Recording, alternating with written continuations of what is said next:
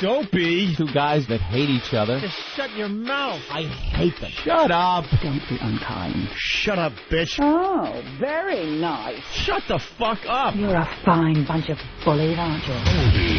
I'm Opie. I could give a fuck. I'm Jim Norton, and I'm on the radio. Shut up. The Opie and Anthony Show. It's all about fun, fun, fun. I'd love to spit in your face. I will fucking kill you. Shut up, stupid. I'm just a zilch and I know it. Who cares? We're trying to do a fucking radio. I know what we're trying to do. I'm sitting here across from you. I understand that. The Opie and Anthony Show.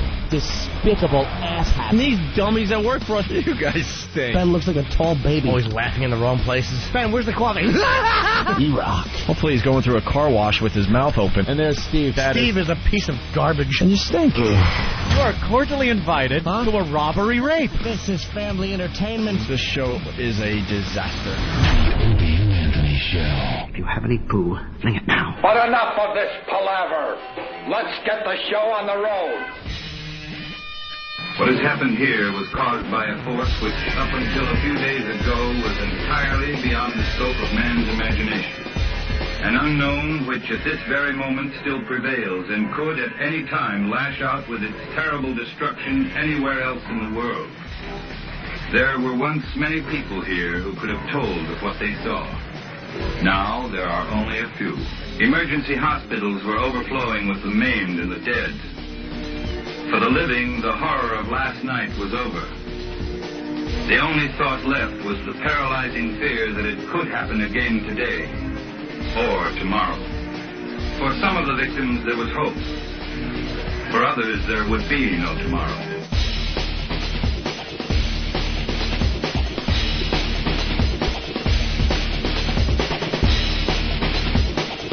Hey, what's up, man? This is the Opie and Anthony Show on XM Satellite Radio. Thanks for joining us today. We greatly appreciate it. Greatly appreciate it as we attempt to make the biggest comeback in radio history. Getting more gooder every day. More listeners coming aboard every single day. Not many shows can say that. Kind of blows. We've been working our asses off for almost a year. I checked the email every day, and hey guys, I just found you last week. You guys are kind of funny. How long you been on XM? I just heard you a couple of days ago. Oh, really? Thanks. Been here for a year, hammering away. Day in and day out, or day out and day in, or I like saying day in and day out. Yeah, I think that's the way to go. Go in, then you come out. So what are they saying? Going, what do you want from me? What are they saying on the front page of your paper today? Why don't you give us a call? Daily News. Big letters. Killer. Katrina slams Gulf Coast with 145 mile per hour fury. 55 dead. 50 in one Mississippi apartment complex. Anthony, what is that about? Apartment complex. Building collapsed. Trapped a bunch of people. Killed them. Shouldn't those people have left?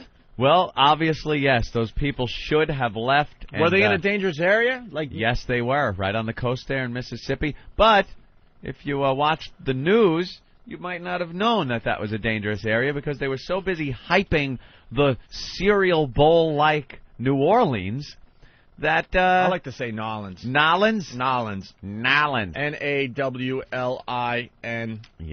if you want to play at home. They were so busy hyping that and the levees and showing us cross-sections and how the whole city's going to be flooded that they really didn't get the word out about the surrounding areas as well as they could have, I think. They had the mayor of New Orleans on there. They had the governor, senators from the state, all talking about New Orleans, and they evacuated New Orleans.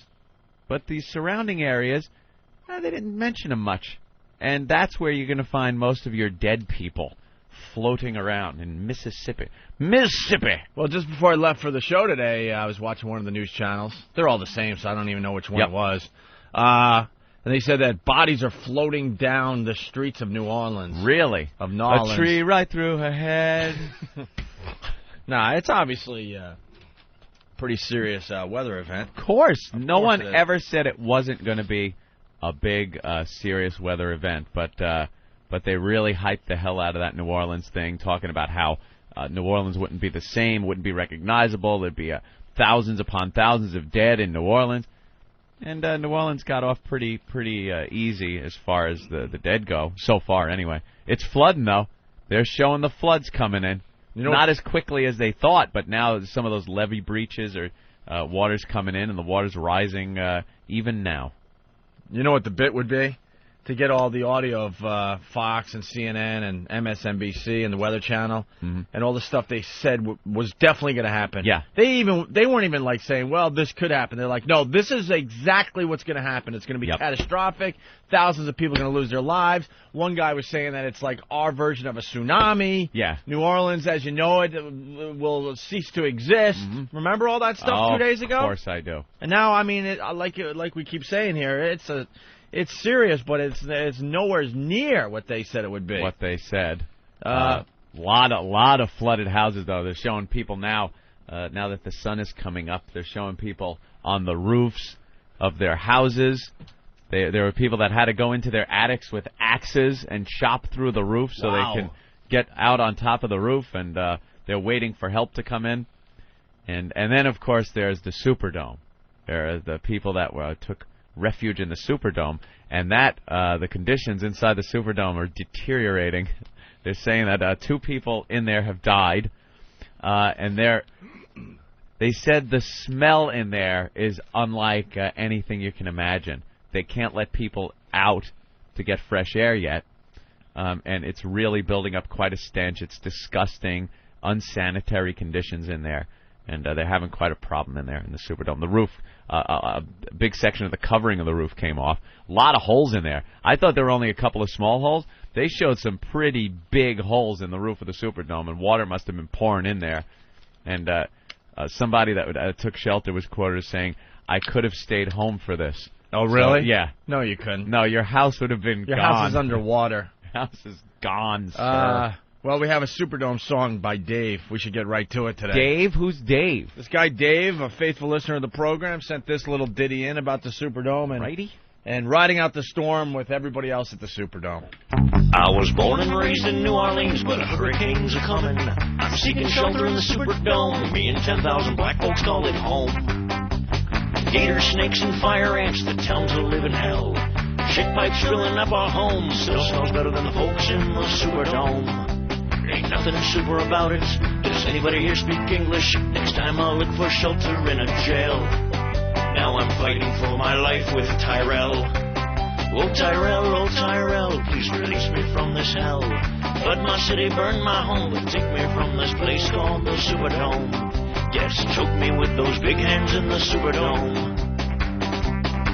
That's right. Oh. There you have it, a little ditty about the Superdome. That's pleasant. Jeez. Oh, it's an awful situation there. Too soon? Well, it's a little ditty there. It's no tsunami song. Let's all relax. New York Post. Front page of the New York Post. Dad Pitt. Oh, wait a minute. Yeah, exclusive story and photos of Brad Pitt. Yeah, the Post. They can't even, wait a day. They have the front page. They don't need to go with the Brad Pitt, Angelina Jolie angle. But of course they couldn't help themselves. So the put it on page 2. The front page of the New York Post, Dad Pitt, and basically they got a picture of Brad with a baby bottle in his back pocket. So they're kind of making you think that, wait, what's going on here? What the hell is he doing? He's being a father to Angelina Jolie's adopted children. There. That's all that's about. That guy should just be fucking. He should just be out fucking. That's it. Baby bottle in his pocket. Sucking and squeezing. Wah. Yeah, you're kind of right about that. Did you see the woman from Africa that came forward? Girl. What am I saying? Woman. Came forward and said she was the mother of Angelina Jolie's newly adopted black baby. I saw that over the weekend. From a rape. Yeah. She was raped and had this baby, and that's what Angelina Jolie has at home now. Very nice. And Brad Pitt's playing daddy. Isn't that cute? Well, he always wanted to be a father, so there you have it. But was that front page worthy after what happened yesterday? Well, that's the Post for you. Mm-hmm. The Daily News, they laid low as far as that stuff goes today. But the New York Post, then they do have a headline that says 69 dead. Katrina's killer rampage. How the fuck do you put Dad Pitt over 70 dead people? How do you do that and call yourself a news organization? Jimmy, It's Brad Pitt. That's It's Brad Pitt. That's a good Stop. point. And Brad does rhyme with dad. Holy shit. And they purposely used the number 69. What? Of course they did. Why? Because you could just round it off. No one's going to, call you on it. You think All that's the- an attention getter? All the false reporting in the paper on a daily basis, they could have easily just said 70 dead. Who's counting officially? You think it's some kind of subliminal sexual thing? Of course it That you is. see Brad Pitt You walk and by... Angelina Jolie and then 69 I went to college. I know all about this stuff. and picture It's them time for me to 69ing. show my knowledge. Yes. Wow, that is a leap. I swear to God, man, we could do a whole show on this. You're walking by the newsstand, you see 69 subliminally. You pick up the paper, like, what's that about? Oh. And in this case, it's 69 dead. And if I don't know, if you had a car Yeah. and you're dead today, what's wrong with you? You I tell hope- those dead people. I hope the 69 people that died, very tragic, obviously, but I hope they weren't car owners.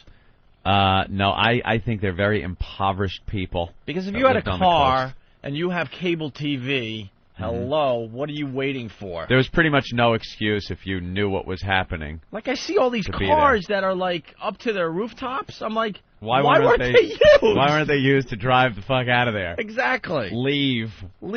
Go 100 miles, down a country road, something. Good turn.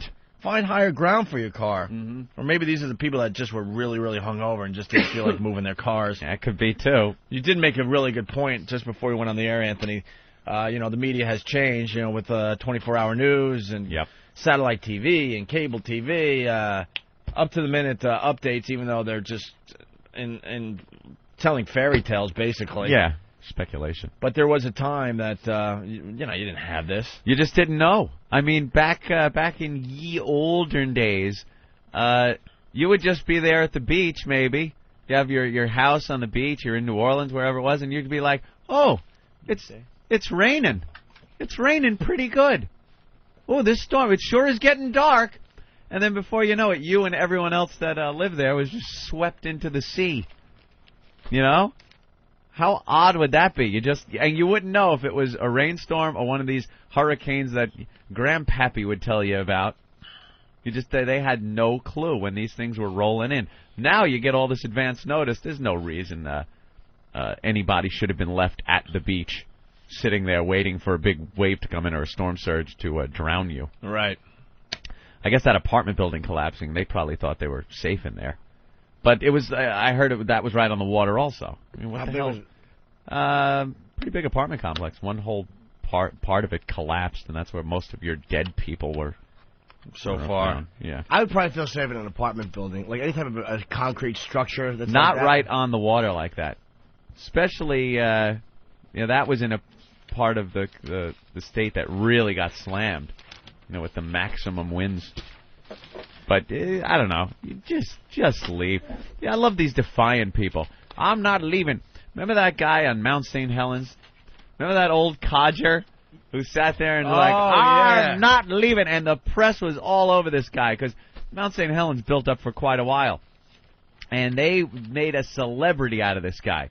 How defiant and the courage he had. And look at this old codger. He's staying. Barbecued to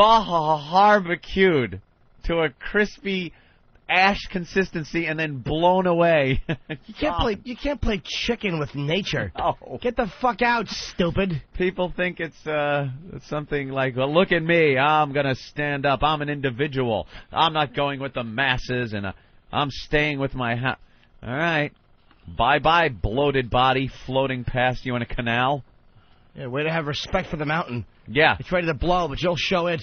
Yeah, I'm going to show you. Fucking dope. Yeah, you're going to beat nature. You're going to be the guy. Unbelievable. You're going to be the guy that beats nature.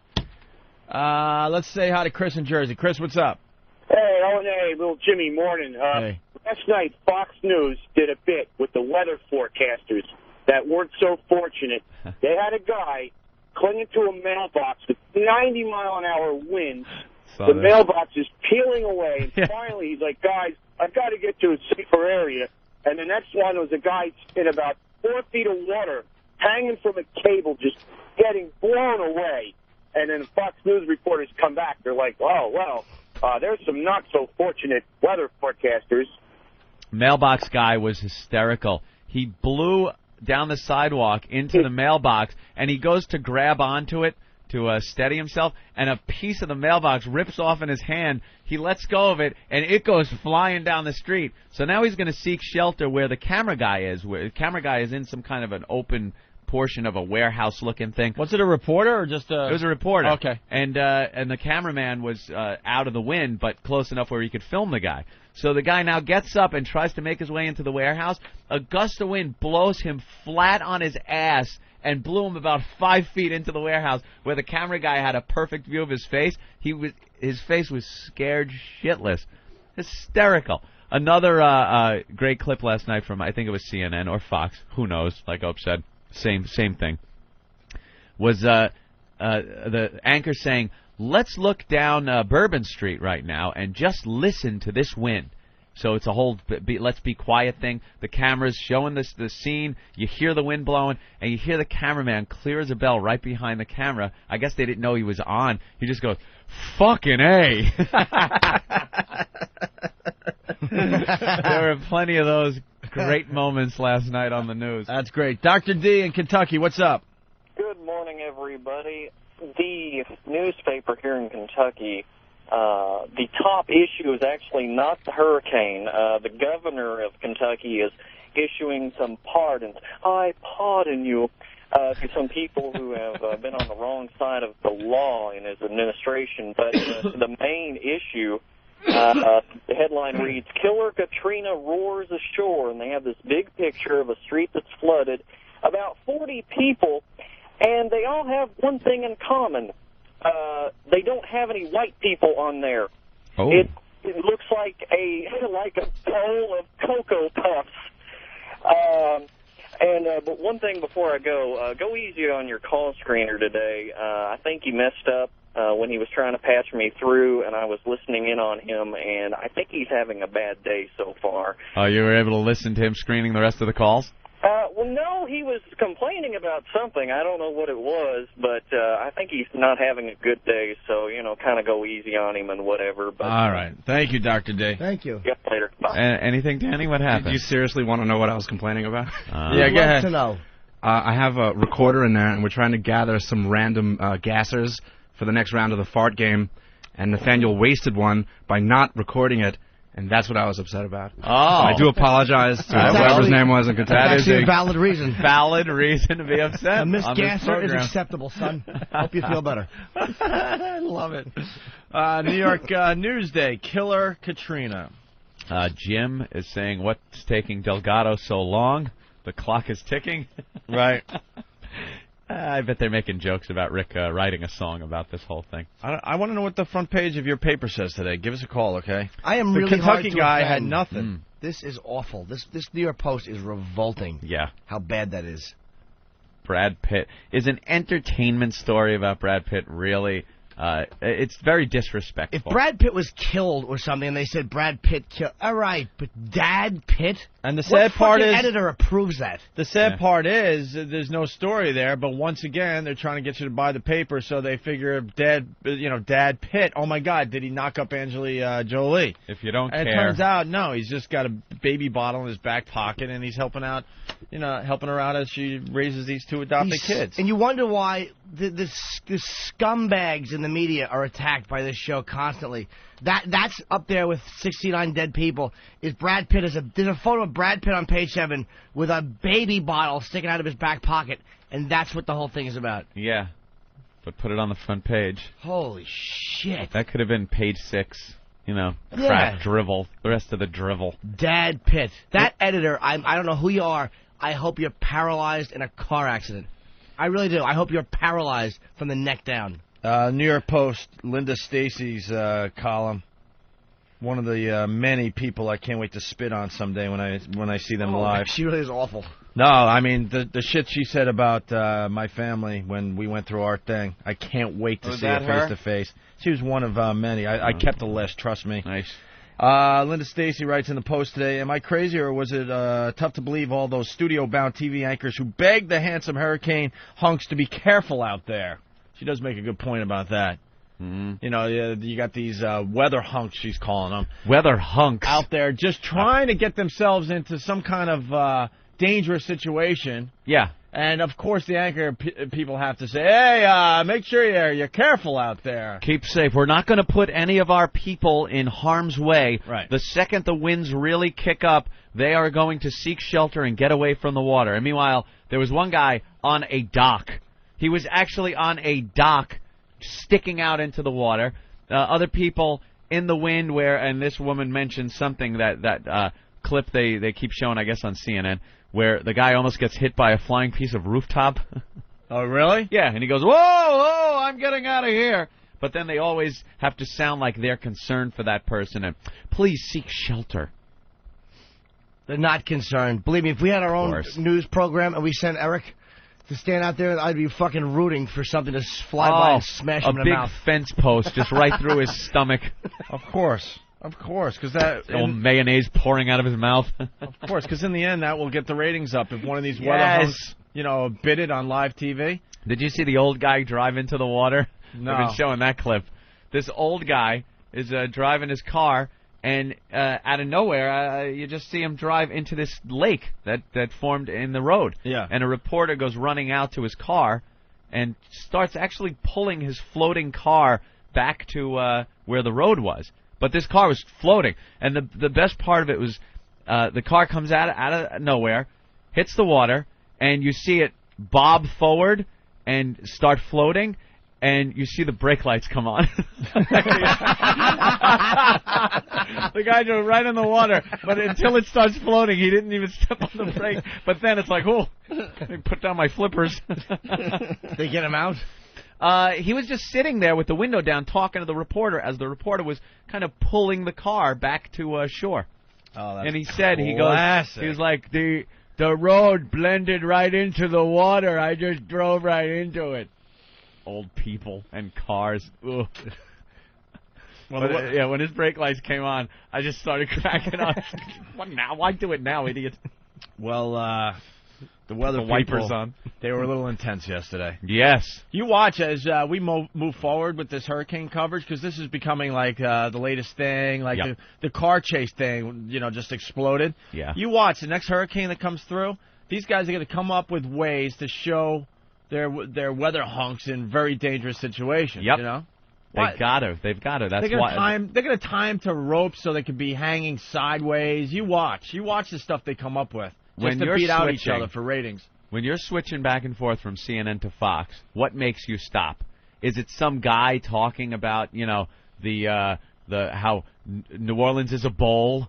Is it that guy? Are you stopping to watch him again, or are you stopping to watch the guy that might get hit with something at any minute? You're going to watch the guy in danger, of course. So they have to top each other in order to get these viewers. I love it. I was addicted. I bash the media and the press and everything on a daily basis, but I sit like a zombie in front of the TV with the remote in my hand, just going back and forth, going, I cannot believe these morons are doing this. But I got to tell you understand the end game with this whole thing. Yeah. I don't watch CNN or Fox News Channel or any of these news outlets anymore for real news. I just don't. It's a big Hollywood production, like we were kind of talking about yesterday. Yeah. But actually giving real news about this thing, no way are they doing that. We were sitting around the house yesterday just yelling at the TV. Like, one of the anchors would say something ridiculous, and I'd hear my girlfriend from the kitchen go, "Oh, shut up!" and I'm watching, and I'll be like, "Oh, you idiot, get out of it!" And we're just yelling at the TV, laughing that these people are just morons. Yeah, Jimmy? Just thinking of you. Just both screaming at the television in this perfectly sealed house where no germs are. I don't know. I had this really weird vision. It's true. No germs, but plenty of moths. Oh, you still have them? Oh, I got moths. Oh, and then I'm trying to watch TV. Last night in the bedroom, and a moth lands on the screen, and it won't leave. So, and of course, I'm too lazy to get up, so I'm laying in bed about 9 feet away from the TV going, Acting like old tuberculosis lungs, it's got no effect. Pull out the birthday candle. What happened? Did the FBI person come to ask about Mrs. Littman and some of her people? Wait a minute. I got a card. Yeah. Damn moths. I got moths. And you have, I have these little, I actually had a lady come by yesterday. I went to Craigslist for the first time legitimately because I thought my plants were infected, like little bit bugs. I had these little teeny black bugs by this window. I think that they just were born by the window. And a lady, I thought it was Stalker Patty. She really? looked exactly like Stalker Patty. She came over your house? To look at my plants. From Craigslist? Yeah. You had a woman come over your house and then you didn't have sex with her? Yeah, I gave her $30 just for coming over and, look at my plants, like an hour's wage, $20 an hour she gets. You had you paid a woman to come over and look at the bugs on your plants. No, there weren't no bugs on my plants. They were by I've seen a couple by the window. I thought they might have come from the soil, so I wanted to make sure my plants weren't infected with insects. How many plants do you have? Two. Two like trees. 2 trees in your very expensive indoor trees. No, they're just leaky to get. $100, whatever, $80. You are so fancy. Well, yeah. So Aunt's got them off. What's the diagnosis? I'm so curious now. The plants, she said, are healthy. I was really so So happy. what were the bugs about? I'm going to have them exterminated. There's only a few of them. I've seen them when I used to live with my parents. They're like little teeny black bugs. Yeah. I don't know if they fly or whatever, but I think that they just came in through the window and hatched. Yeah. Little fellas. Ooh. All right. We all have our crosses to bear. You have moths. I have moths. I have those little things. You have little black teeny bugs. Little teeny ones. All right. Well, I guess I got to confess. Well, you had mice. Well, the mice are under control. Thank God. Because they're gross. I ended up killing 6 of them in a week. That electric trap that one of the faithful listeners sent worked beautifully. Yeah. I got 3 in that alone. And since being back from vacation, a good 3 or 4 days, no more mice. No more mice. That's great, dude. No more mice. So you're critter-free in your apartment. Well, now I need some advice on the latest problem with my apartment. Yeah. And I want to make it perfectly clear. It's a nice place. I have a cleaning lady that comes, so it's not a pigsty. It's not. I now have cockroaches. Ugh! I have killed 3 cockroaches in the last 2 days. They are by far the most disgusting, by the way, putrid, filthy bug you could have.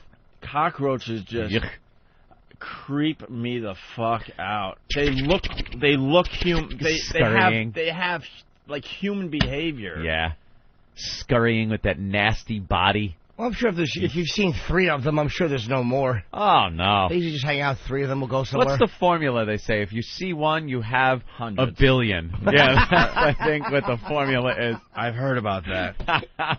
So I've killed 3 in the last couple of days. Now I'm wondering if the mice were keeping the cockroaches out of the apartment, and now that the mice are pretty much nowhere to be found. You screwed up the delicate ecosystem of my apartment. You know what happens if you get rid of the predators on the Serengeti, Opie? You'll have antelope and all those things running around, and then they'll eat all the grass, and there won't be any grass for any of the other. You screwed up the entire chain of life, the circle of life. Do mice eat cockroaches, first of all? I would think probably they do. I would think mice probably eat cockroaches, and I think, as Jimmy was saying, cockroaches can probably sense that there are mice in the house and stay away from the predator. Sure, they probably stay away and they were somewhere else.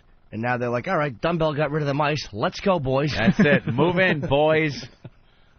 Oh, man. So wow. Where did you find them? 3 different rooms. That's the problem.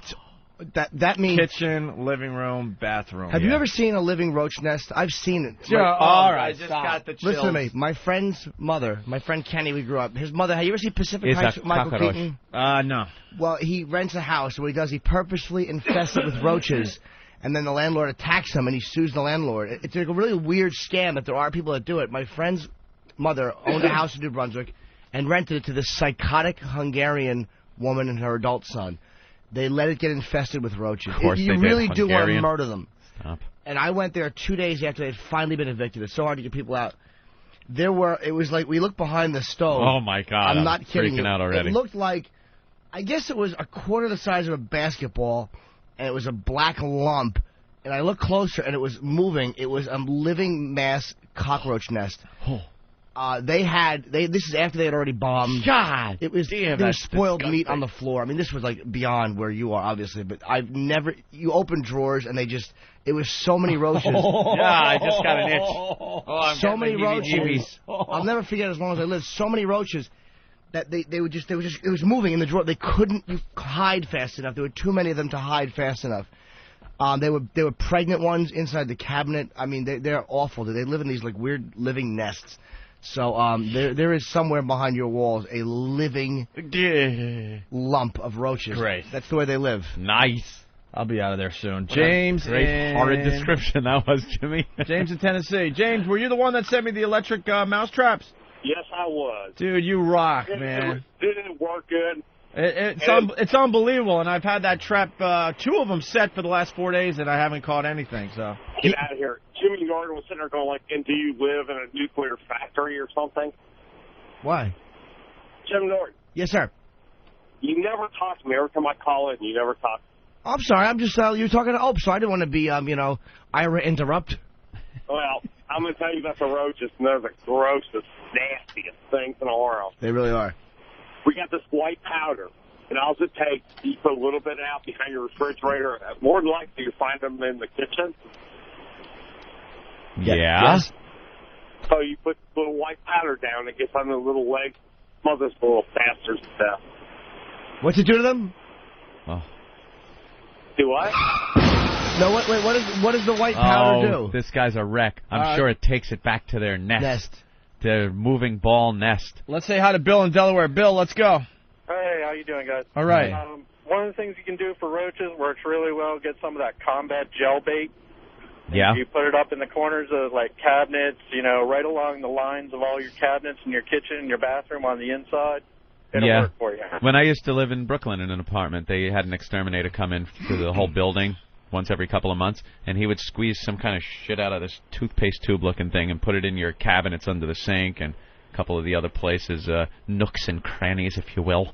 And we still had cockroaches, now that I think about it. Did you But really? it's supposed to control I do them. it for a living. Anytime you live in an apartment, What is it? a lot of the times you live in an apartment building, you're going to see cockroaches no matter what because there are people next door to you. It's conducive to cockroaches. You have garbage chutes. You have places on different floors where, like, there was a room where the garbage chute was. You'd go out into the hallway, take your bag of garbage, and throw it down the garbage chute. There were these animal savages that would leave the garbage bags piled up in the room where the garbage chute was. Instead of throwing it down the chute, their garbage bags would be so big it wouldn't fit down the chute, so they would leave pizza boxes and garbage in that room. And cockroaches, I mean, please. Of course. They're living high on the hog, like it's the cockroach Hilton over there. Well, you know what it is? It's like it's nice to have these opportunities to at least ask people for help here on the Pedro and Anthony show. I think it's really nice. Jesus, you're a millionaire. Would you get out of that dump? Opie loves the address. You love the address. No. You love living up there. Not necessarily. I'm ready to look, and I'll be looking all over Manhattan. And it's a nice apartment. It's an expensive apartment. It's not like you live on a dive. It's a great place. It's just my friend Greg is a comedian who does like this weird construction show, and he knows how to plug up apartments. But these like places, they have these holes that they come in, and there's nothing you can do. Nothing. Especially you're on the ground floor in the city. Right. I mean, there is a reality. They're coming under the door. Yeah, I mean, there really is an open invitation to invest. So what should invest? I know. Should I try the combat gel? Yeah, I think, give that a shot first, and then, you might need someone to come in and do it for you, but... All right. I think one of the listeners is going to help me exterminate the place there, so... All right, thanks, sir. Yep. Let's go back to the Hurricane Katrina. Big news today. Pete on Long Island, what's up? How's it going, guys? Hey. Yeah, I'm watching MSNBC yesterday, and this idiot's on a man lift demonstrating how high the floodwaters could get. On a lift? On a lift. Yeah. He goes up 20 feet. Well, if the floodwaters go this high, then this is how high they'll be. And, I mean, I was just praying for that guy to fall off that lift. Yeah, they're pretty much running out of ideas. And they had an operator on the bottom. All right, take me down now. No, keep going. No, take me back up now. And this guy, you could just tell he wanted to send him right through the roof. Jigsaw from Reno, Nevada, saying Reno's front page, first day jitters. Sixth graders face fears of starting middle school.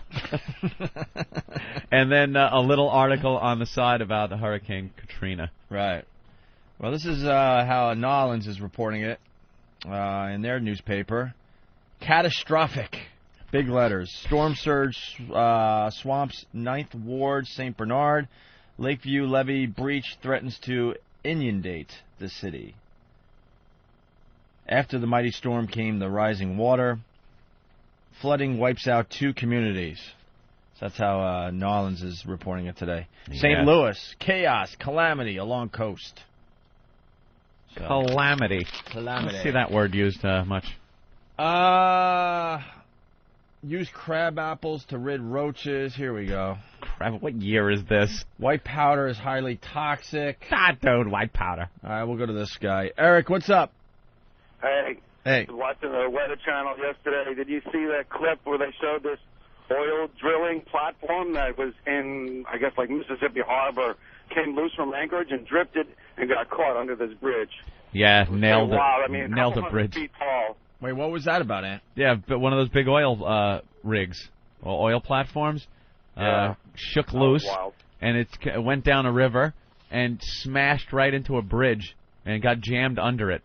How do you clean up that mess? What did?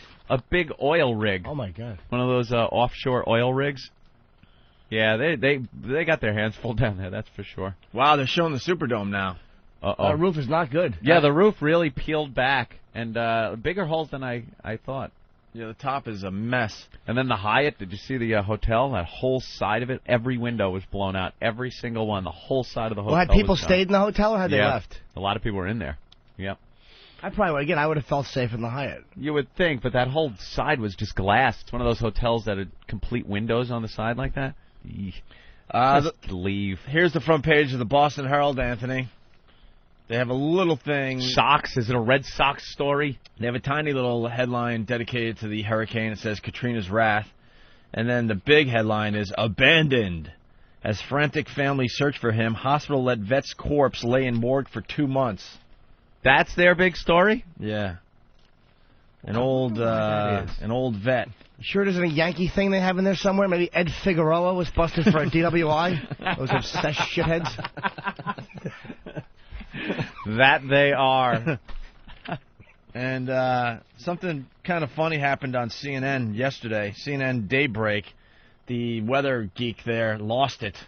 They are all a little frazzled from a lot of time they've spent awake with each other, and they get on each other's nerves. You got to think. And these meteorologists always want to have a little inside edge, something that the other channel isn't getting. So even when they're not on screen, they're pawing through all their data, trying to come up with some kind of angle. So they're probably awake for this entire episode. And this guy, he got a little angry. I think also they're just a bunch of robots. Yep. Yeah. You know, they're just used to reading, what the weather's about, and they read all their instruments. Yes. But to the common man, let's be honest, when we watch the weather, just tell us if it's going to rain tomorrow. Tell us what it is. And if there's a hurricane, just have to talk about this low pressure thing and this and barometric what? Barometric pressure. 95% of America doesn't know what that does. Inches of mercury. But they continue to tell us that it's rising and falling and doing this and that. And I guess this guy in CNN was talking about barometric pressure. Yes, he was getting into the millibars, and I guess he was boring the anchor. Yeah. This guy, I saw this clip. This is what weathermen are. They're horribly boring people. Every party the weatherman's ever at, they probably talk to a girl. They're like, what do you do? I do the local weather. Oh, really? A minute later, she's probably going, look, I'm going to go get a drink. I'll be right back. Yeah. And once again, he's alone with his his ice tinkling alone in his glass. Because a lot of times people don't understand the satellite photos, and she's like, oh, you fucking just get tongue cancer already. Absolutely right, because at first you'd probably think the girl would be like, hey, he's on TV. Oh. He's on TV every night. He's probably pulling in a nice little paycheck.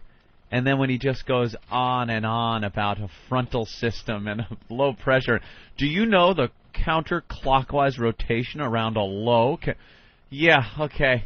Bye. People with full drinks are going, look, I have to replenish this. I'll be right back. Oh, is there a bathroom Really fast. Clink, clink, clink, clink. His plastic party cup with fucking 2 pieces of half-melted ice. He just keeps sucking them and spitting them back in the cup. She's not coming, shithead. Andy in Jersey, what's up? Hey, Els, how's it going? Hey, everybody. Hey, Sweethead. Hi, Ann. Just a quick question. Opie, what does inundate mean? Do you mean inundate by any chance? Yeah, I guess I Did you say Indian date? He came awfully close. Well, You go out on Indian date. well, I'm wearing a T-shirt today that sums me up perfectly. Yeah. Would you like to read it for everyone, Anthony? It's a big picture of looks like a potato with legs and arms and a face. Right. And it's walking. And above it says, "You say potato." And under it says, "I say fuck you." So, I think that sums it up. Whoever sent this shirt, you nailed it. You nailed it. This is what I'm all about. I'm sorry for correcting you. I got a little scared. I like the fact it's just a potato with 2 arms, a mouth, eyes, and feet with sneakers. He's wearing sneakers. The potato has no genitals or asshole, but it does have sneakers. And little gloves on. Yeah. Little germaphobe. It's a perfect shirt for me. That's all I know. All right. Strutting along, little potato. So here's CNN Daybreak yesterday. A little fight between the anchor chick.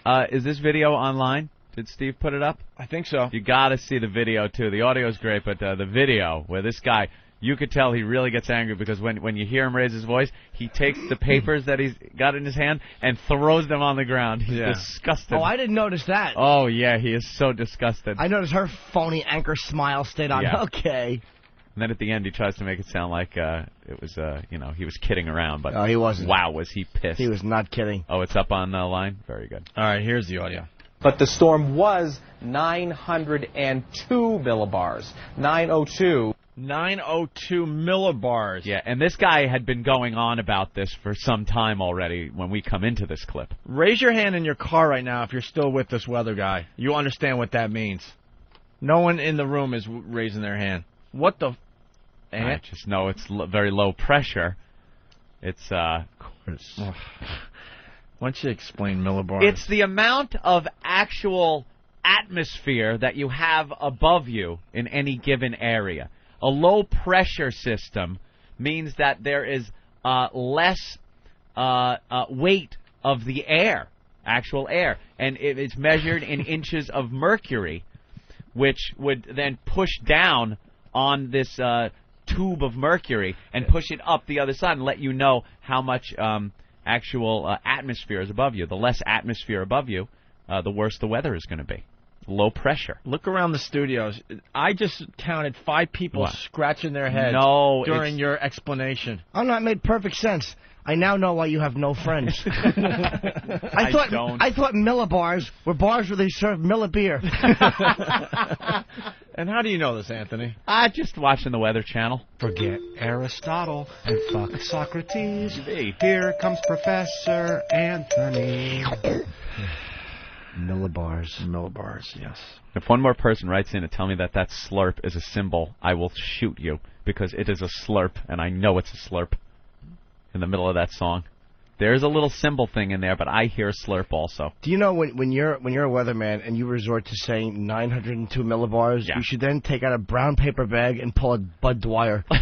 You should just shoot yourself on camera. Yeah, there's no reason for this guy to go into this. But the storm was 902 millibars. 902 was the lowest that you had with this storm a couple of hours ago. So it has filled in a little bit, filled in with some air, not as low of pressure. But Camille, let me talk, Carol. Translate that for us. Chad, let me talk, Carol. They're all uptight. Oh, that's a great little snap. Because no one else pays attention to weathermen ever. This is his moment. This is his moment to shine. You're absolutely right. Every night, this bitch is the center of attention. She's the one telling the stories about the shootings, the robberies, the rapes. This guy has to go on every night and go, it's going to be sunny, wear your galoshes, we're going to get rain, let's go to the 5-day forecast. Today was his day. I see it a little differently, too. I think she threw him off his script. Yeah. And he just couldn't improvise. So it was like, oh, my God, you're fucking me up. Don't you understand? Well, he thought he was being interesting. Do you think? He thought talking about it, the low pressure and the barometer. He thought he had something rolling there, and he was going to be interesting and everything. And she found him quite boring, just like the women at the party. There he was, cutting him off. Clink, clink. Little Chad with a plastic cup all over again with the cameras rolling. Carol, I need another drink. All right, let's back I'm trying to do this, Carol. Carol, it's low pressure, Carol. All right, well, let's back up slightly here. Hours ago, so it has filled in a little bit, filled in with some air, Okay, not so as lower Chad, pressure, but Chad, Camille. Chad, Let me talk, Carol. Translate that for us. I don't know what that means. What does that mean? Well, if you would let me talk. Mom! I have to do this now. Mom, please stop calling. It's impossible. I'm trying to tell you that. What do you want? The tears to come out of my eyes? Oh, what a douche! The greatest is this is what got him. This is what this emasculating anchor did to this fucking schlub. Chad. Oh yeah, I know. It was little boy having his moment. Right. It wasn't Chad. What does that mean? It was you unimportant little douche. Right. What are you trying to say? You're boring us. Chad had heard that exact same thing from Mommy for how many years? Chad. But Mom, I want to go over my friends. How about Chad? That was her shut the fuck up voice question. That's exactly Chad. Just like it was a real scolding, motherly thing. And he just clenched the papers up. It's about time, though, man, because these guys talk on a level that no one could follow. Absolutely. I hate her and I hate him equally. I gotta hear her again. All right, and him. Air, Okay, not so as lower Chad, pressure, but Chad, Camille. Chad. Let me talk, Carol. Translate that. What a cunt. And she's no better. Chad. Oh. Chad. Every horrible bore moment he had just hit him in the face. He suddenly realized that all of those girls weren't thirsty. He just pictured himself, and he just went through every one in a millisecond and realized, full glass. Hey, wait a minute. Hey, we're bored. Chad stinks. Well, there's more to it, so why don't we back up here and we'll let it roll a little. Oh, yeah. A little further. Filled in with some air, Okay, not so as lower Chad, pressure, but Chad, Camille. Chad. Let me talk, Carol. Translate that for us. I don't know what that means. What does that mean? Well, if you would let me talk. And that's where he threw his papers. Camille. That's where he threw his papers.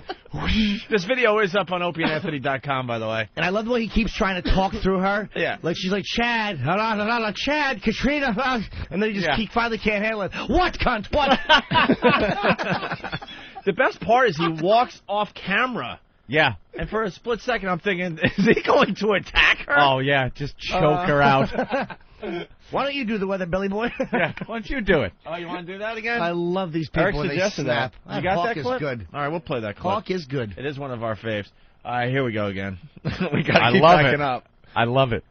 Air, Okay, not as so lower Chad, pressure, but Chad, Camille. Chad. Let me talk, Carol. Translate that for us. I don't know what that means. What does that mean? Well, if you would let me talk. Camille was 908. And so this is actually now not as strong as Camille, but not really as strong as it's been. 908, I'm walking over here because I can have this chart, but it's not in front of me. 908 millibars is 26.81 inches of mercury. This storm got down to 26.61, and right now it's 26.98. Now, if you would go to your home barometer that you have, it's probably a big circle hanging on your wall that you got from an uncle somewhere. If you go look at that, that is completely off the screen. Rarely would you ever have to have a barometer that would go that low in the northern hemisphere, unless you were obviously trying to get under a hurricane. All right. Carol. Thank you, Chad. All right. Just having fun with you this morning. No, you're not. It's a And stressful then time, I know. It's a stressful time, I know. Okay, Pookie. Just having some fun with you. No, you can't even be honest in your anger, Chad. Yeah, and neither could she actually laughing. No. The best part, that was CNN. It wasn't just some, local affiliate somewhere. Right, in the middle of nowhere. Nice. That really was. Chad. Here's the word. Here's what it was Jim. Oh, Anthony, just Anthony, just let me talk. Call me Opie first, you idiot. Just let me talk. Did you hear him go Opie? Just let me talk. Steve. That's our thing today. It's a C prompt. Sometimes you put C, semicolon, / then you sign back on. That's exactly right, Jim. Thank you so much for putting that You're out. putting the accent on the wrong syllable. That's exactly right. Ramon! You know what the worst is, this is what happened to this guy just there. You ever been in the middle of a story, and we all have, and there's a deep down part of you that knows you're an awful storyteller, and your story, it just blows.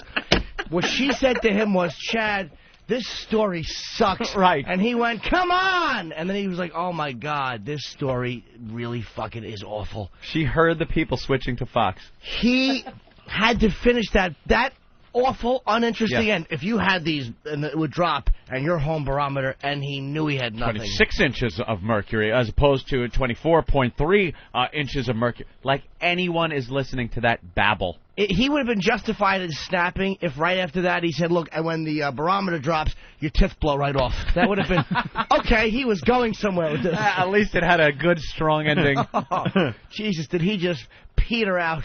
It's a stressful day. Carol! Carol, I hope you get cancer. It's a stressful day, we all understand. I was just joking with you. Yeah, just when I funny. wished your uterus fell out. Yeah, that whole thing about the one side of the bra filled with paper. I didn't mean it. Wow. You weren't kidding, Chad. You know, they had that awkward talk afterwards. You know? Oh, yeah. Yeah. Oh, trying to be all professional. What was that about, Chad? You know, groveling Chad well, at Carol, I was making a point. This is my job, Carol. This is what I do, and it's a day that...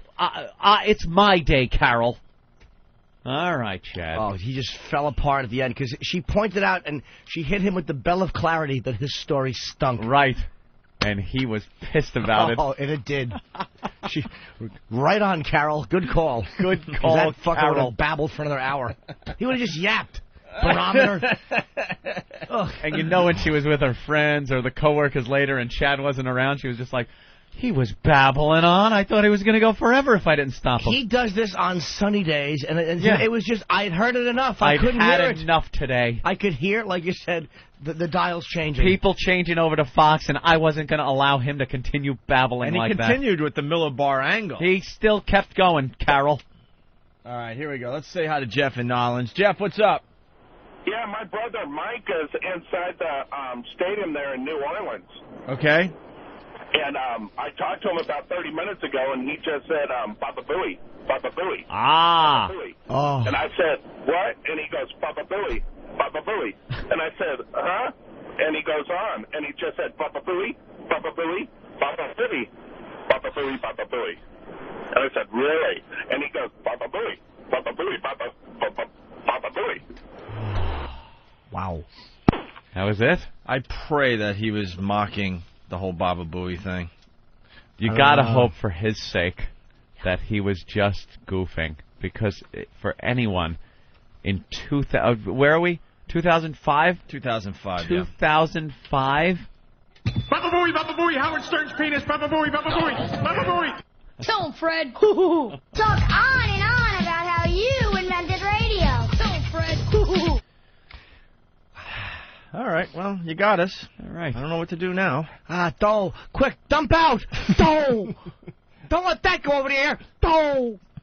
I know what I'm going to do. I'm going to pick up that debut album by Stone Temple Pilots. Oh, I will say that last caller What the hell year is it? was more interesting than Chad. Chad, Baba Booey, Chad. Let me say Baba Booey, Carol. Bag of douche. Shut up. You could tell that guy was getting more and more uncomfortable as he continued. Dude, you know what it is? When you do something... You got that hot flash that hits you when you know you're bombing. Ugh. All right. We got Good Morning America reactions from people in the Superdome. Oh.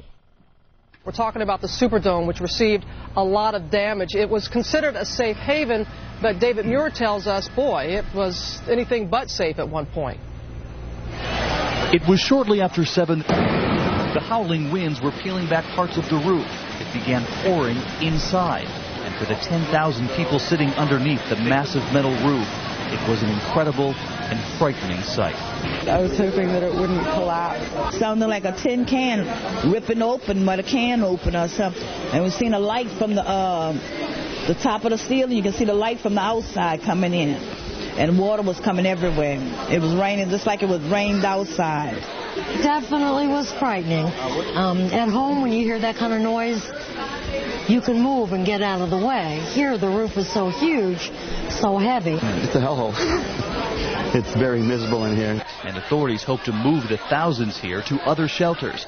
But they have to find those shelters first and admit that could take days. For Good Morning America, David Muir, ABC News, New Orleans. The reality is it was a safe... Yeah, it was a safe place. Safe haven for those people would have been these home. people. They probably would have been dead. Of course. Or on their rooftops. They should have allowed alcohol in there, though. And pot. Oh, yeah. And that pot. was pretty cool. They did have a problem as people were coming in. I think they confiscated some alcohol and guns. Yeah. How bad do you think those bathrooms are? Ooh. They really don't have the ability to clean the place up. Well, I will say it's a stadium, so they're equipped for 30,000 people. So, I mean, if you have 9 or 10,000, I mean, they're there for a long time, but they are equipped to handle 30,000 people for a long period of time. Do you think stadium people are there cleaning up like they do during their job? Do you think the National Guard, a National Guardsman is going to go, why don't I go in there and scrub the toilets? I think those fucking shitters are just an abomination. It only takes one log. Oh, we've seen it in bathrooms that are supposed to be cared for on a daily basis. The one log in the bowl that won't cooperate. That won't quite go down. Wrecks it for everyone. It's just sitting there with the toilet paper over it. I know, and you try to move the paper so you can look off. Look off. Look off. Wow, yeah. Oh, quick. Yeah. Let me look off. I was going to say look. And yeah, and you... Oh.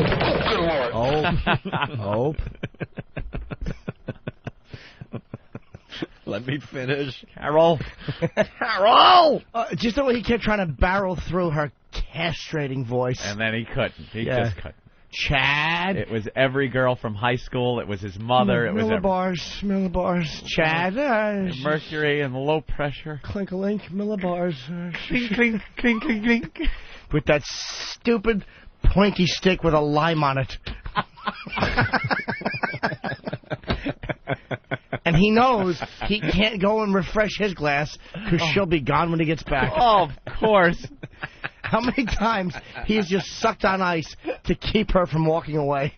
It's a fucking passive hostage taker. I gotta go to the bathroom. Hurry back! I want to tell you about the Doppler 4000. Oh, dude, he holds in shits, he holds in full bladders, and he sucks on ice. Because if he walks away, she's talking to anyone else at that party. Anyone else. Very good. Hey, wait, don't you clean up nat shit for a living? I'd love to hear about that for a few hours. Front page of the Atlanta Journal. Constitution.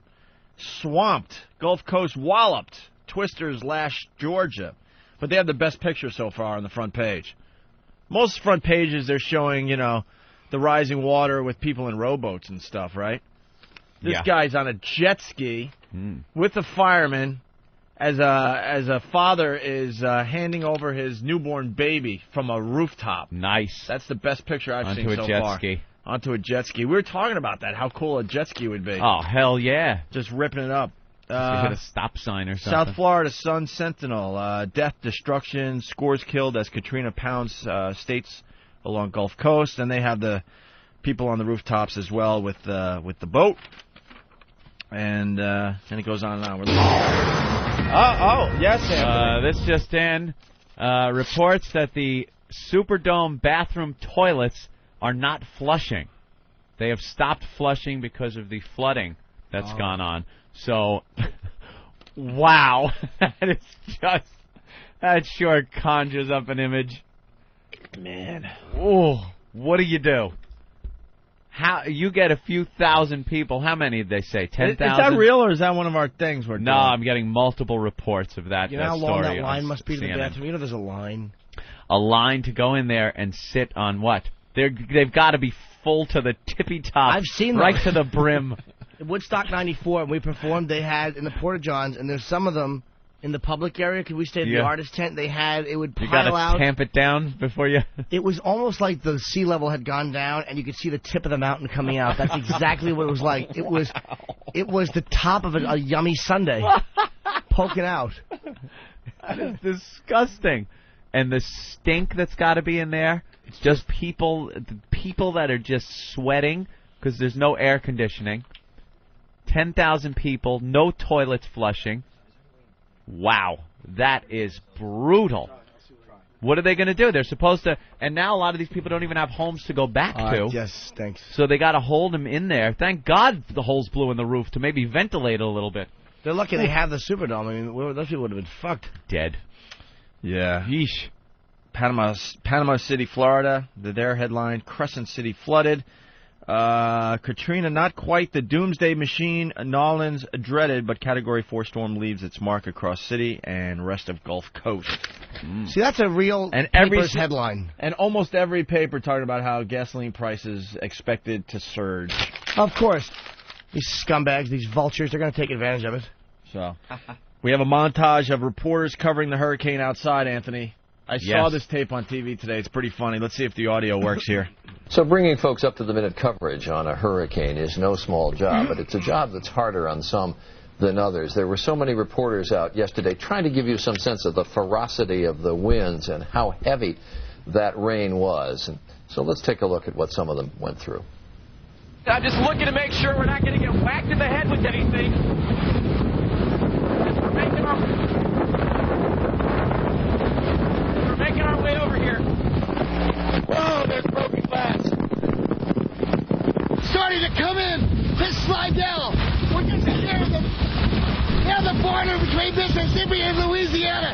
You can see it coming. Is that Chris Penn? The I-10 bridge over here. If we move across, watch out for this. When we're looking through the TV lens is the emotion, the real thing here that the power just went out. We've had a confirmed wind gust of 76 miles per hour at the Mobile Regional Airport. These are the hurricane force winds. All right, that's it, guys. I'm going to come back in. Oh. Whoa. Yep. Look at the water on the main road. It's up to my knees. Debris now starting to fly through the air. We've been here for 4 hours, and it's just a constant, relentless barrage of the wind and the power there. Well, as a matter of fact, we're getting some pretty strong wind gusts here. Some of the strongest we've seen so far. All right, well, there you have it. Did you see the goggles guy? Yeah. Guy was wearing the goggles. It looks ridiculous. Yeah, they're saying no water pressure because the water mains burst. And that's why there's no flushing going on. Oof. Superdome. That's got to be a nightmare. Imagine the stench of your home after you go back and all that filthy New Orleans water. Because, let's be honest, especially down in the French Quarter, it's just dirty. Yeah, it's filthy there on a daily basis. You walk out and that place just stinks, man. God, remember that after Mardi Gras?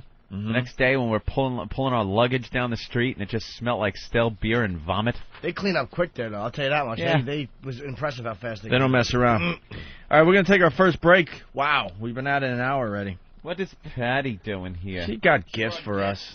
We'll better be chocolate. We'll see what she's about after the break, I guess. But you know what, Steve? You're not getting off easy. So, Eric, you write this note? No, it's from him. Problem? Steve hands me a note. It says, new Ramon promo today, into break. Oh. I wasn't trying to get off easy. I'm sorry. Like, all of a sudden, we would just go, hey, we'll be back after these messages. And all of a sudden, the Ramon promo would just play without us commenting No. I wasn't trying to get off easy. What? Steve. What? Let me... Steve. Let me talk. Steve. Well, sorry. All those parties with that empty thing of honey. Just bees on his face in the back of his hand.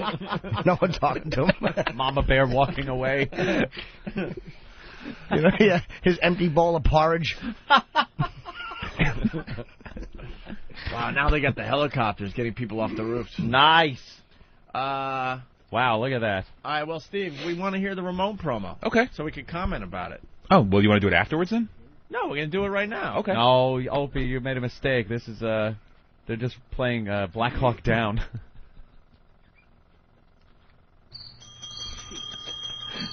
I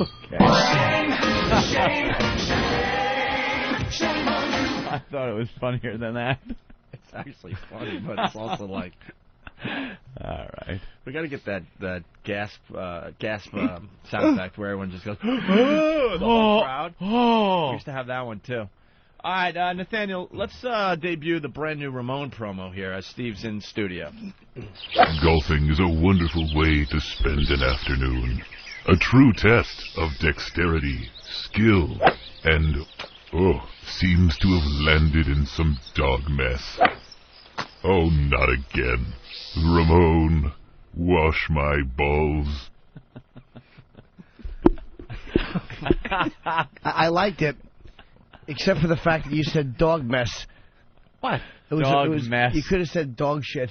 I could have said dog shit, but I was trying to, I guess, choose the words a little bit more. I want to know distinctly. I want to know how long you sat there and toiled as to how can I make it balls.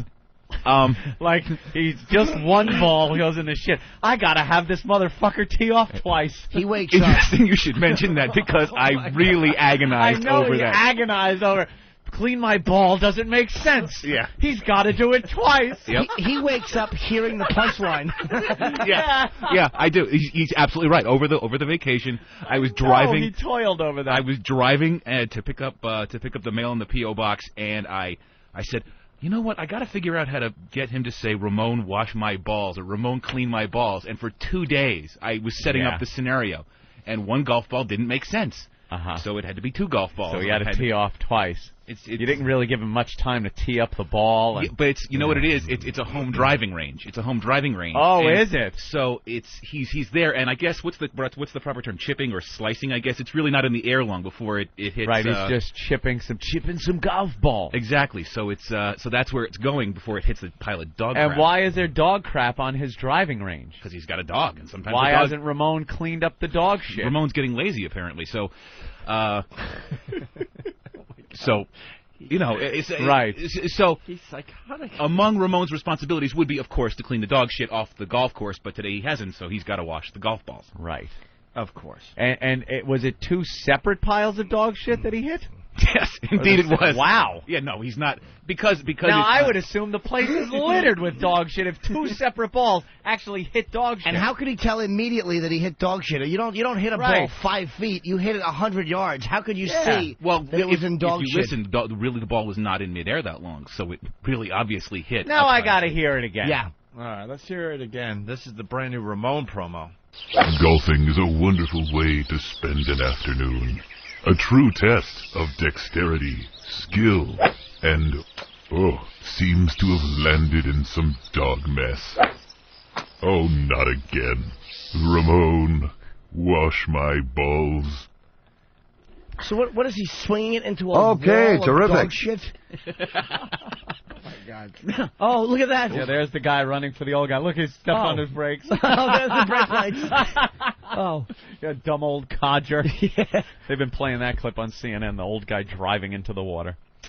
Well, Steve.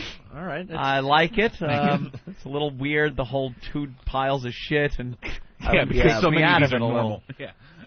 I wouldn't have said doggy mess, but I still liked it. Thank you very much. And the swing did sound a lot more like a driver than a. Of course, it wasn't a putt. Chipping iron than a. No, I didn't say it was wedge. a putt. All right, I didn't say it was a putt. Or something. And for the speed of the club, you know, it didn't. It sound like the ball hit too quickly. Yeah, of course it did. Whackland.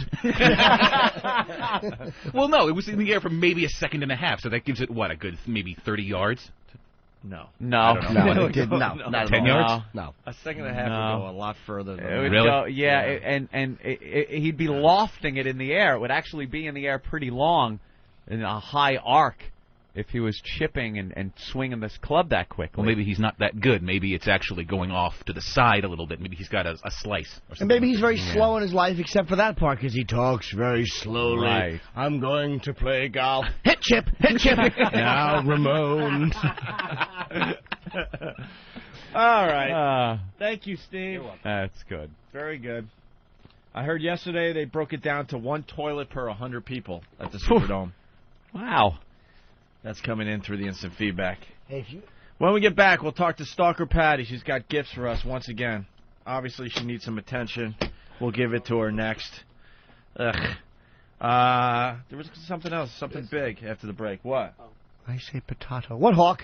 Oh, the other anchor fight? Yeah, we could play that going into break. Two local anchors going at it because one guy mispronounced Donald Trump's wife's name. And the other guy called him out on it. And he actually didn't mispronounce it, I don't think. I think he actually got it correctly. Right. All right, we got Golden Ticket hopefuls today. We got Bombs and Flubs Volume 3 today. We got the Tom Sizemore sex tapes. Ugh. Still haven't talked about that. We have a brand new video and audio tape of a woman getting tased. We love these things. We'll do that after the break. Another video clip that is just fantastic to watch. And we need a update on the Assault on the Media contest for August. Oh, we have that right here? All right, we'll see what that's all about because we gotta declare a winner for August. All right? I do declare. We got lots to do. Stay there. Have you seen this? This is the new dress. It's something old, something new, and something that costs about $100,000. Here's a look at the wedding dress made for supermodel Melania Knauss, the former or the future Miss. Wait, go over that name again, Steve. What was that? You know what? Why don't you do it, Bill? No, I'm not the anchor, Steve. Melania, right? Why don't you go over? Why don't you do it? I'm not the anchor. Well, you know what then? I'll pipe down over there during the VO, wouldn't you? What then, Steve? Go ahead, do it, Bill. It has 300 feet of satin. If you're not the anchor, then don't interrupt me. I wanted to know what you said. If you're not the anchor, then go, baby, go. Go. The gown was designed by John Galliano for Christian Dior. And the bride plans another dress of Vera Wang design after the couple's first dance. The wedding is set for Saturday. Why don't you give it a shot there, Bill? Hey, I'm just representing the audience. I heard Melania Knauss, and I'm just saying. My bad. I'm sorry, Bill. I'm not looking for an apology, Steve. I know, I'm just saying, sorry. Would you like to take another shot? No, I wouldn't. I can't take a shot at it. That's why I do the weather. I don't read that stuff. Right. It is so cold. It is cold outside. It's cold in here too. Take a shot at the weather if you want. I don't matter. I'm good with that. Hey, dude, I get paid either way. You're such a the weather to start the day. And it will be a day where it will be a cold day. It's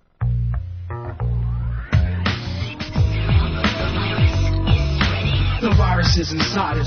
OAvirus.com. Assault the media. It's time to drop bombs. We're just pests. You can't exterminate with Black Flag. Your web page just got hijacked by Whack Bag. The gag order's gone. Time to go to war. Steve sees napalm burning down your door. It's hardcore. Apart from whores who dump on Norton's belly, the only other girl in his life is Bob Kelly. Not you. When he was a kid, he sucked cock too. These two obnoxious shock jocks might shock you.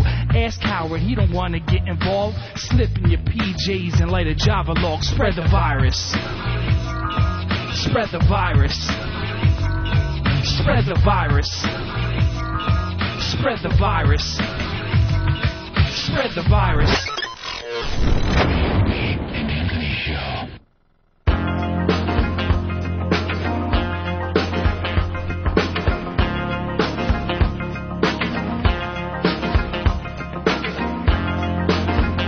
Liking this. A little Eminence Front. You're checking out the Opie and Anthony program. Help us spread the virus. If you like what you're hearing, tell your friends. That's how this is going to work in the end. It's the Who? Yeah, it's the Who. What does Eminence Front mean? Who the hell knows? Eminence Front! Eminence Front! Oh, boy. All right, do you think every Black Sabbath song makes sense? No. I would say barely any of them can be made sense of if you look through the lyrics. No, all of them can. Really? I'm with you, Anthony. You won't find any that don't, actually. Black Sabbath, very overrated. No, very underrated. We had an unsuccessful attack on the media this morning. What happened? Well, this guy Ross says, I took a shot at an attack on the media this morning at a mobile station. It's down there 11th Avenue and 42nd Street this morning. His partner in crime miscued him, which stinks. There was a miscue? There was a miscue. I guess told him to go in. The interesting part of the story, the cameraman came around from behind the tripod and told me that he hadn't got on. I told him I'd just hang around till they came back. Apparently this guy's bold. He told me, and I quote, "Oh, no, you won't. I'll fucking kill you. You bastards got me 2 other times, and it won't happen again. I'll fucking kill you. Then he tried to grab the sign out of my hands. I quickly walked away. It's getting hard to get these reporters in New York City. Ross. Yeah, we got them frazzled in New York, that's for sure. Threatening to kill him. Yeah. And he got him 2 other times, man. Good. Oh. They'll get you again, too, stupid. Yeah, they'll get you. We love the Assault on the Media contest. We absolutely love it. We're doing it every single month. Yep. August was a weird month because we took off for vacation and stuff. But we do have a leader. It's Stephen the Lion Man in Alabama. Remember that one, Anthony? Yeah. I believe that video is still up on opieandanthony.com, foundrymusic.com. I think Steve should move it to the top of the list of things to look at so people could take a gander at that. For the month of August, the prizes for the best assault on the media, they are a MiFi portable satellite radio. I believe Ziggy helped us out with that, right, from myradiostore.com? Yeah. All right, also... Now, is that something that you have to plug into a big docking unit in order to listen to programming, or can you actually listen to actual live satellite programming from XM with an XM MiFi? You don't want me to answer that, do you? The farce, the lies that come out of Sirius. Right. Do we have the audio of that one? Here's the leading assault on the media for the month of August. I don't think anyone's going to beat Steven at this point. We only got 2 days left in the contest for August, and then we start it up again for September. Here's the audio of his assault. Here's Dolores Keith. Dolores? All right, thanks, Mark. Of course, there are a lot of great reasons why people love Auburn. Now, most parents with school-age children love it because of its great public school system. And there he is in all his glory. If you have seen the video, in his Lion Man costume. He's in a lion suit. Come lion on. suit and a big Opie and Anthony XM sign on cardboard. He hit early in August, and no one has been able to come close, Anthony. Yeah. And so it's looking like Steven's going to win the contest unless something happens in the next couple of days. The MiFi he gets if he wins. Dinner with E-Rock at Paisano of Mulberry Street in the heart of Little Italy. What? Is that part of the prize? It now is. You're going to take the winner to dinner at Paisano. Eric is? Yes. Is it Wow. BYOM? Bring your own mayo. I'm with you. I think it was... Bring your own mouthwash? No. Oh, God. Take it as you... Wow. Take it as you please. That got a big reaction in the booth Wow. there, Anthony. What are you implying? That was Joey's idea to have him come so people wouldn't eat much? I think it'll be fun. Eric's a fun guy. You'll enjoy hanging out with him. He's what we call a sweet boy. Also, a trip to the studio to watch the O&A show through a glass partition. No transportation included. What? Oh, I thought he was one of the winners or something. No, I think it's your birthday, right? What? There's some listener out the window, yeah. Oh, no, you got it. No. Don't let him in here. Look at it. He doesn't know what to do now. He stood up. He's walking around. Oh, yeah. I'll go to the door. No, not the door. He even cleared his throat. I saw him. I'm ready to go on the air. No, I'm not. Sit down. At this point, people are showing up every day to check out the show, and some we let in, and some we say get lost. And here's the little formula. If it's between the hours of 7 and 11 and you have tits, you can come in. All right, well... Just reading the funny papers. All right, hold on a minute. Let me finish with this assault on the media thing. Wait, Jimmy's reading the funny papers. Also added to the prize list for the month of August, a 30-day free rental of the latest video games from Gamefly.com. Nice. So if you're into the video games, you're going to get 30 days of free rentals. Very Thanks cool. to Gamefly.com. Oh, Ben has something to add. Another edition, a pair of tickets to see Bon Jovi opening night at that new Nokia Theater in Times Square. Ooh. When's opening night, sweetie? It's September 19th. Oh, too bad we got. I'd love to go see that.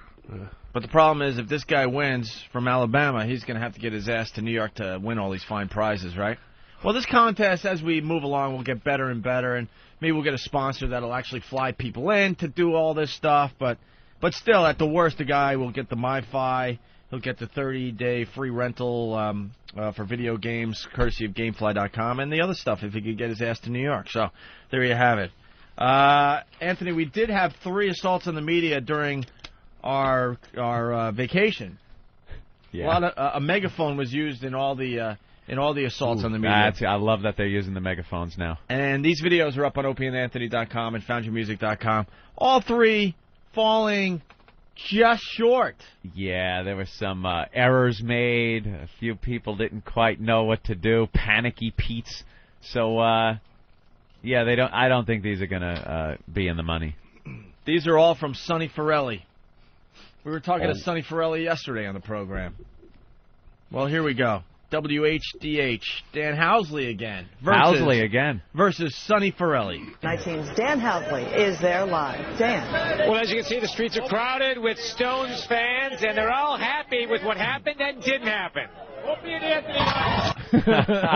You heard him the whole time, but that last one was a little louder than the other ones. Well, listen again, really. It's a quick clip. Saying Opie and Anthony XM Satellite Radio? Well, the pest there made Dan Housley raise his voice in the middle of his report. Listen. 19's Dan Housley is there live. Dan. Well, as you can see, the streets are crowded with Stones fans, and they're all happy with what happened and didn't happen. Opie and Anthony. As you can see, the streets are crowded. Right. So, I guess all the news trucks were set in the same area because Sonny Forelli hit 3 different news channels within a half-hour period. So he went from WHDH in Boston to Fox 25. Fenway Park was the kickoff of the Stones' North American tour. They're going to be back in Boston sometime soon, we hope, but they're off to Hartford after this. We're live outside Fenway tonight. I'm John Monahan, Fox 25 News. All right, John, thanks. Well, I can hear him back there. Opie and Anthony on XM Satellite Radio. Well, he's on a megaphone, right? Yeah. Huh? Oh, yes, Hawk? Hawk, what? He's yelling in the back. He's like, "Don't spit on me, you bastard." Apparently, the reporter had spit on him one time from the top of the van. Oh, really? Ooh. All right, so then Sonny Forelli wasn't done. He went to CBS 4. Photos we obtained from a concert goer reveal a harrowing half hour watching a Westport. That guy's got to get some kind of credit, though, for ruining 3. Yeah. He ruined gets 3 the quantity. in one day. Yeah. One day he did 3 assaults on the media. It's that easy. But I got to say, I think these fell short. And Lion Man in Alabama still in the lead for the assault on the media contest for August. And we'll start it up again in September with even better prizes. Yes. So there you have it. That's that update. Okay. You were laughing at something? I Jimmy? didn't mean to laugh out loud, but it was probably something so funny that you just couldn't contain yourself. Funny papers. I don't know how people don't read the comics. This is Marmaduke. And the dog's in a police car, and the caption reads, "No, you can't blow the siren." And Marmaduke must have been asking.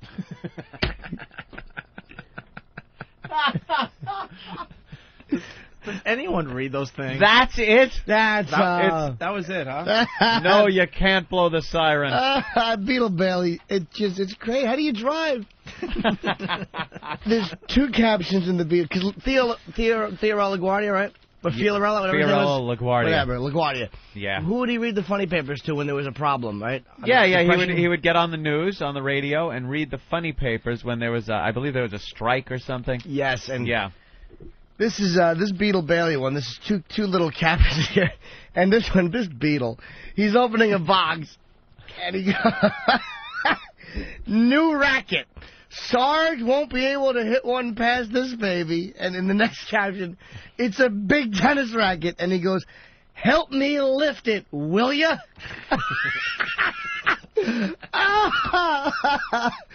Sarge is never gonna get one past that one, but he can't lift it. Because it's a big racket. Beetle. I get it. Read Herman. I don't even get Herman. Where's Herman? Hermans are always funny. Herman right to the right of Beetle Bailey. Okay, it's one caption. It's 2 older people in the romance section of a bookstore. Uh-oh, racy. And she's reading something, and the older gentleman says, "Want to go see a movie, baby?" That's Herman.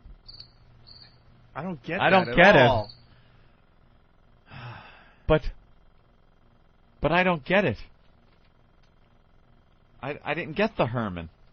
Read Flight Deck. This is Jimmy's new bit, and I love it. Flight Deck is pretty funny. It's got a woman with weird hair and 2 guys sitting on the side of her, and the one guy goes, "Don't you?" Wow, this is going to be a good one. Don't you find it a little strange? A Chinese restaurant named Unlucky House. Wait. Wait, come on. The people have to understand what you're saying. I'm sorry. Yeah. Don't you find it a little strange? A Chinese restaurant named Unlucky House? And the other guy goes, no, this place is great. I see what your misfortune cookie says. It doesn't say that. It does. No, this place is great. See what your misfortune cookie says. I just said that. You said, I see. Oh, okay, but still the misfortune cookie. Of course. Of course. Misfortune instead of fortune. My favorite, though, of all time is always been the Lockhorns. All right, oh, they are let's go so to the funny. Lockhorns. All That right. old couple that's been together for years. Okay. Jimmy? Oh, man, you're going to make me try to get through this one? Yeah. All right.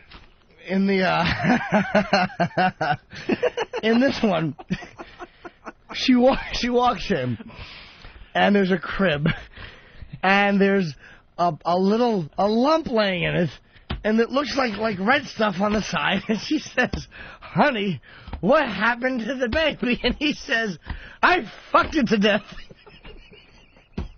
What the fuck is wrong with you?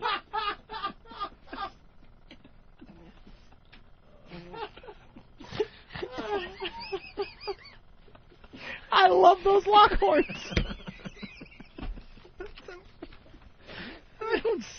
Did you get a different version of the paper today?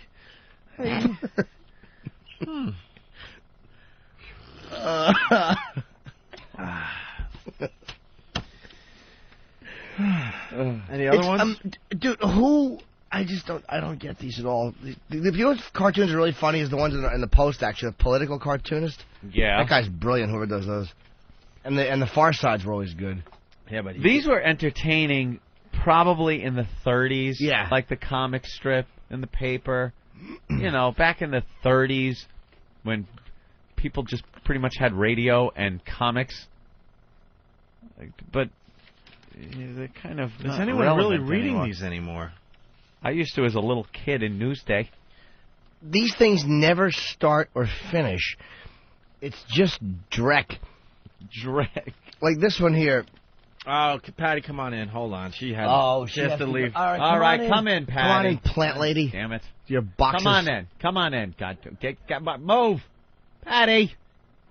Hurry up. Come on but in, you're miss. taking forever. Hurry up. Come on in, Miss. I need attention today. Hi, Hurry up. Patty. Hi, I wish I could stay, but I can't. What did you Fucking bring? God, you can't. Did you bring chocolate? Yes, I did. Bring Where it in. is Where it? is it? Jesus Christ. Oh, here it Why do you is. What clean out kind the of candy? Write-offs in the store because No one we're getting cares. a lot of What new kind of stuff. chocolate?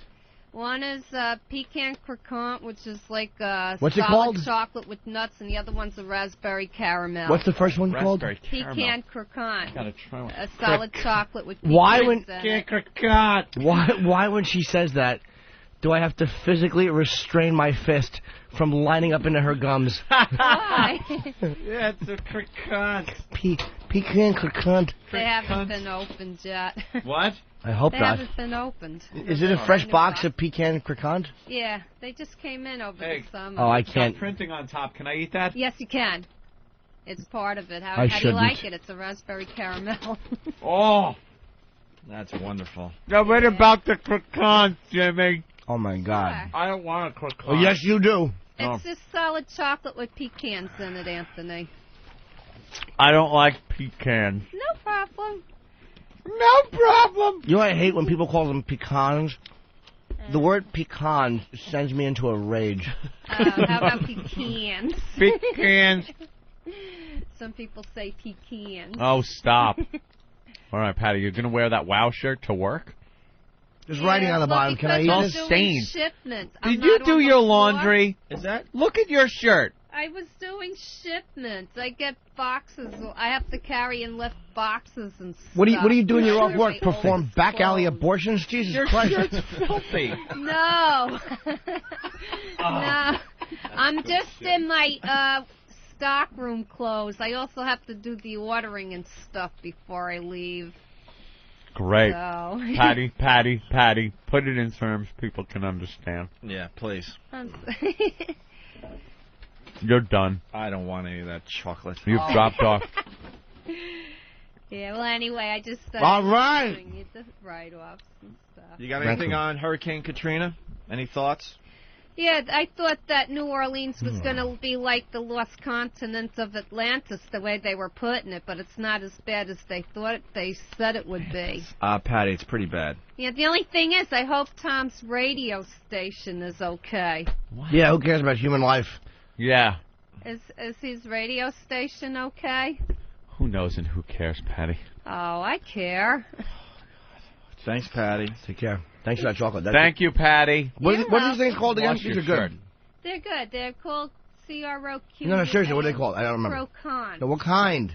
It's a solid chocolate with just pecans. Can we throw them at you? Croquant. No.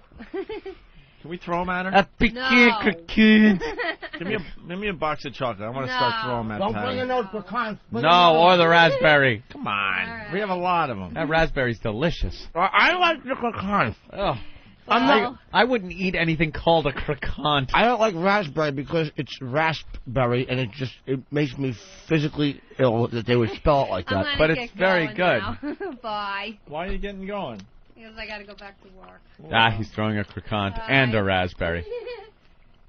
No. I'll see you. All right. Hi, Patty.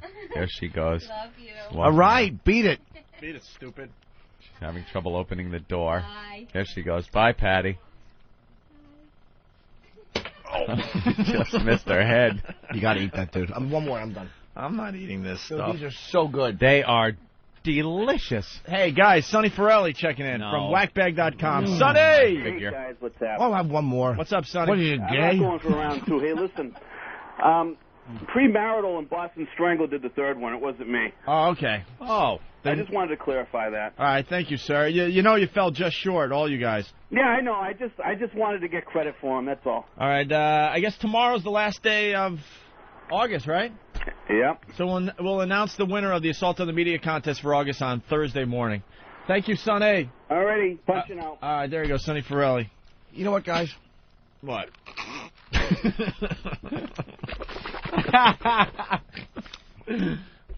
I feel that, that we're a little bit negative on this show, and at one point, yeah, I was reading Harriet Cole. Harriet Cole. Exactly. Oh, the advice woman. And sometimes I would like to do things that help people because I feel that we're a bit too negative on this. All right, let's see Harriet Cole. You're right. I would like a feel-good show one day. Is she like the Dear Abby of the new generation? Or the Ann Landers, as I would call her. Why? They were sisters.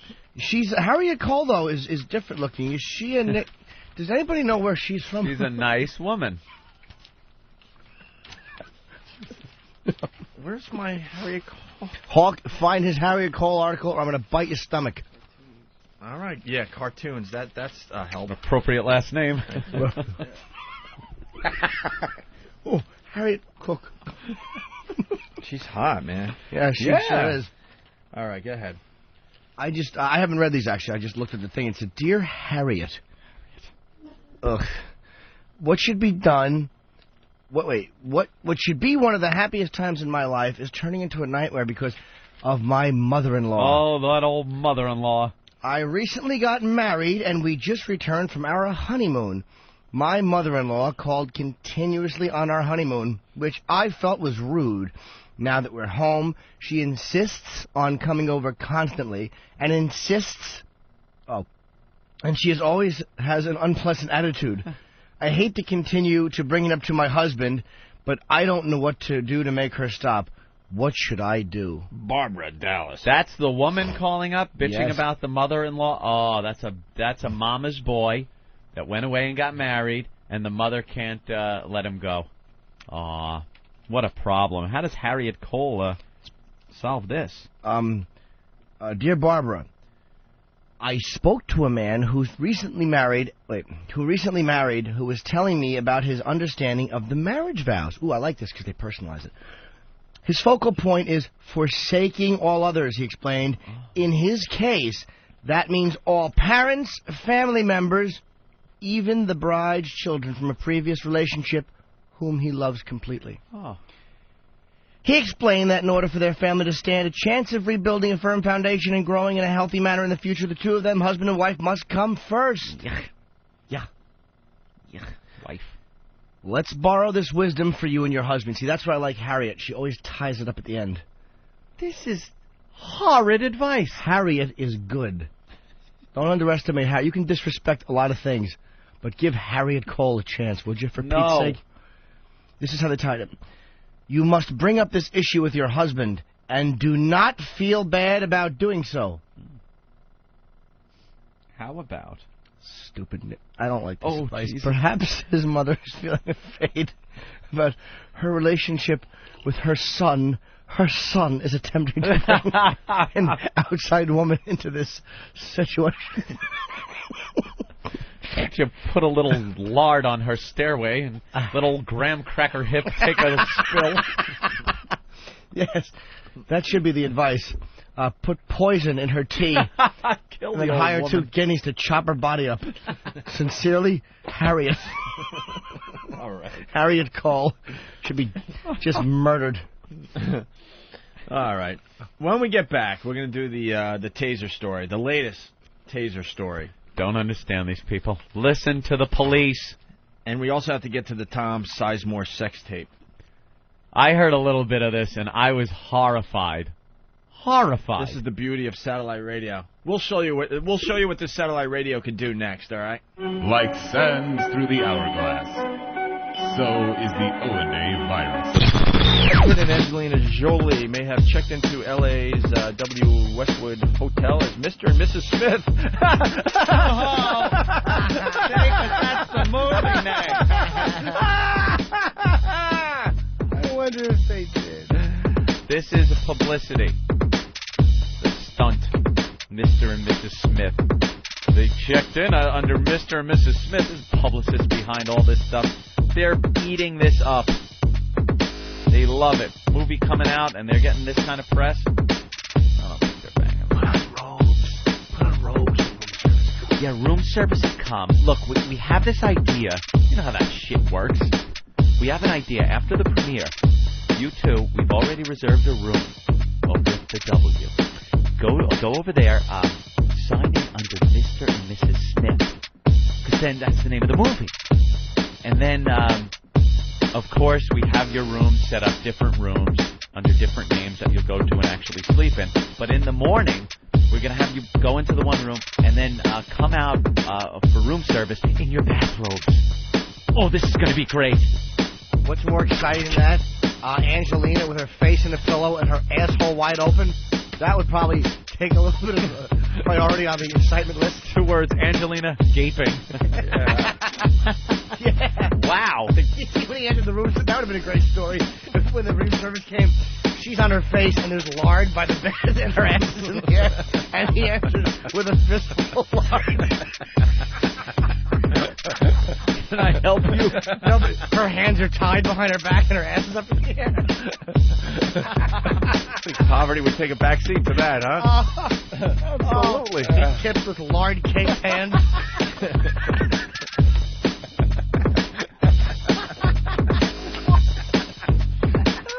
Give him a 10-spot hole greasy lard. No explanation. Your one shirt sleeve is rolled up.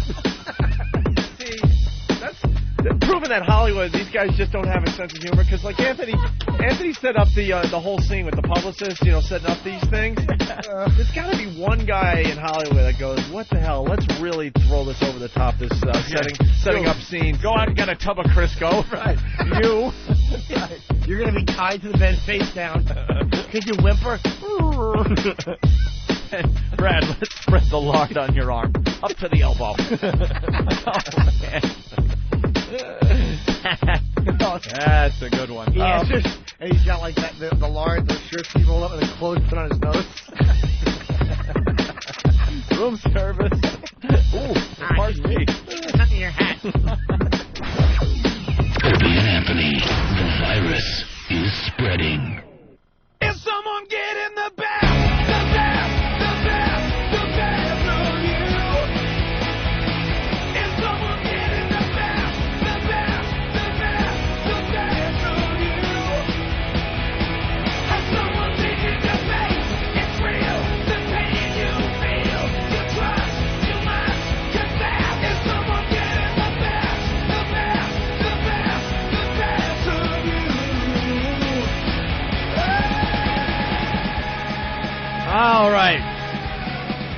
got a brand new taser story. We love these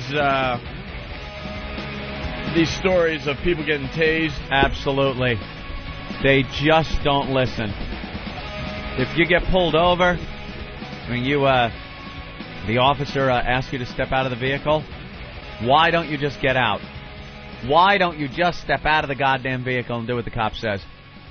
The longer you fight them and argue and hold on to the car and don't cooperate, the closer you get to being tased.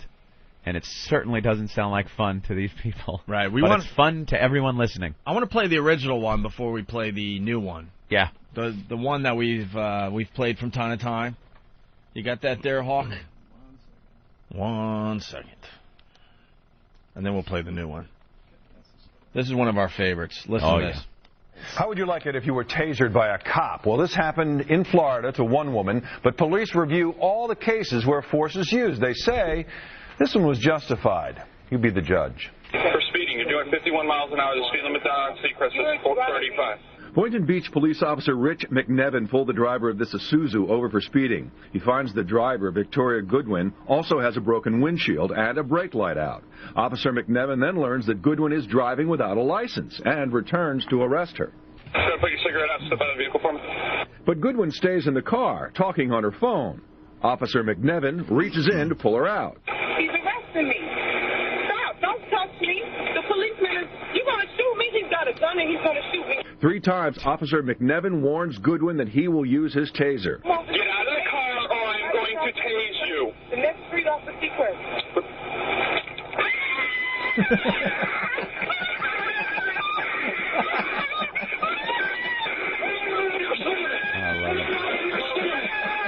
On your stomach. Do it now. Put your hands behind your back. Do it now. Do it now or you're going to get tased again. The officer hits her with his taser a second time. Goodwin screams and cries for 2 more minutes before officers move her to the squad car. It's over and done with. We've been tased before. We know it's not that bad. So I don't care what you say. I've never been tased before. Okay. The Palm Beach Post offered Boynton Beach Training Sergeant Sedgwick Aiken to offer a police perspective. Why use the taser while Goodwin was in the car? She pulled away from him. Basically, she escalated the use of force. Why then was the second taser used while Goodwin was already on the ground? We haven't patted her down. No one searched her to see if she has any weapons or anything on her person. And if we would go in and rush her and try to place hands on her, place her on arrest, she could injure an officer or become injured herself. All Boynton Beach police get tasered as part of their training, so they do understand what they are doing to people when they do use their tasers. Can I? What's going on? I can't. I'm not gonna. All I'm gonna say is that was you know what that roll looked like. Just picture that roll happening off the top of one of the trade centers. Just a roll off. What is going on? It's an old movie reference. What are you guys looking at? I'm so out of it. We were watching the video of the new taser clip that you're going to be playing in a second, and we were just laughing at the way she kind of toppled over as if biplanes had been shooting at her, and she kind of tumbled. But look, you understand the cops. I'm watching the video. He's trying to tell her to do something. It's like even if the cops are wrong or they're arresting you unjustly, what do you think they're going to do if you resist? Give up? They apparently had a problem, it looked like, with some gentleman and this woman. The gentleman's out of the car. The woman's sitting behind the wheel. Then they ask her to get out of the vehicle. She won't. They open her door and try to pull her out. Now she's holding on to the door and the car and saying, "Don't touch me, don't touch me." Just fucking taser. What are the cops going to do? And she doesn't know on her back is a little laser light from the taser just waiting for the guy to pull the trigger. She's got no clue. She's mouthing off to the cop, and there's that laser pointer right on her back. And eventually they just have had it with her and taser. But that's how, like, she's just all, that's don't easier. touch me. That's easier than getting smashed with a nightstick or having a, you know what I mean? That's the best. yeah. What, you want mace in your face? A quick tasing and you're done. Yeah. Well, we got the latest audio. The video is up on opieandanthony.com, so here we go, the latest tasing. Open the door, you're going to get tased, okay? Open the door. All I gotta say is, Open the door. I'm not drunk. Open the door. Open that door right there, you're going to get tased. You hear me? That's fine. Then get out, okay? Go ahead and get out that door. Thank you. No problem. You don't have to touch Yes, I me. do. No, Step you out of the don't. car, No, ma'am. you don't. I'm getting out of the car Get out of the car. voluntarily. Step out now. Okay, so you now. can get off Step of me. out. Get out of the car. You can get off of me. I'm Get getting out of out the car. voluntarily. Step out. I'm getting out voluntarily. You Okay, can get get off. out. Ma'am, right now you're under arrest. Okay, get off of me. You are under arrest. That's fine. Get off of me. I'm getting out voluntarily. Are you going to step out? I'm getting out. Fine. She's getting out. Put your hands behind your back. Look, all I gotta Put say your hands is, behind your back. I'm not. Put your hands behind your back. Now. Put your hands behind your back.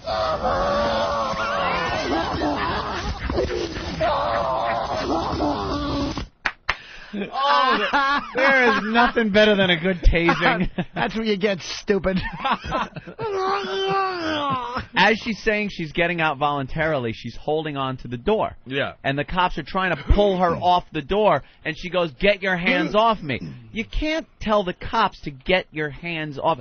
If she let go of the door and put her hands behind her back, do you honestly think these guys would have tased her? No. No, they would have cuffed her, and that would have been the end of it. But she was fighting these guys. I got to hear the scream again. Okay. I know it's like, maybe God, you that could was forward great. in or something if you don't want to listen to that. The scream is the best. Can we see the video? Is there anyone The who video's up on opieandanthony.com. Yeah, I got it right here. Getting a lot of hits already this morning. Oh, it's hilarious. All right, get it down to about 25 seconds here. Get off of me. You are under arrest. That's fine. Get off of me. I'm getting out voluntarily. Are you going to step out? I'm getting out. Fine. She's getting out. Put your hands behind your back. Look, all I gotta Put say your hands is, behind your back. I'm not.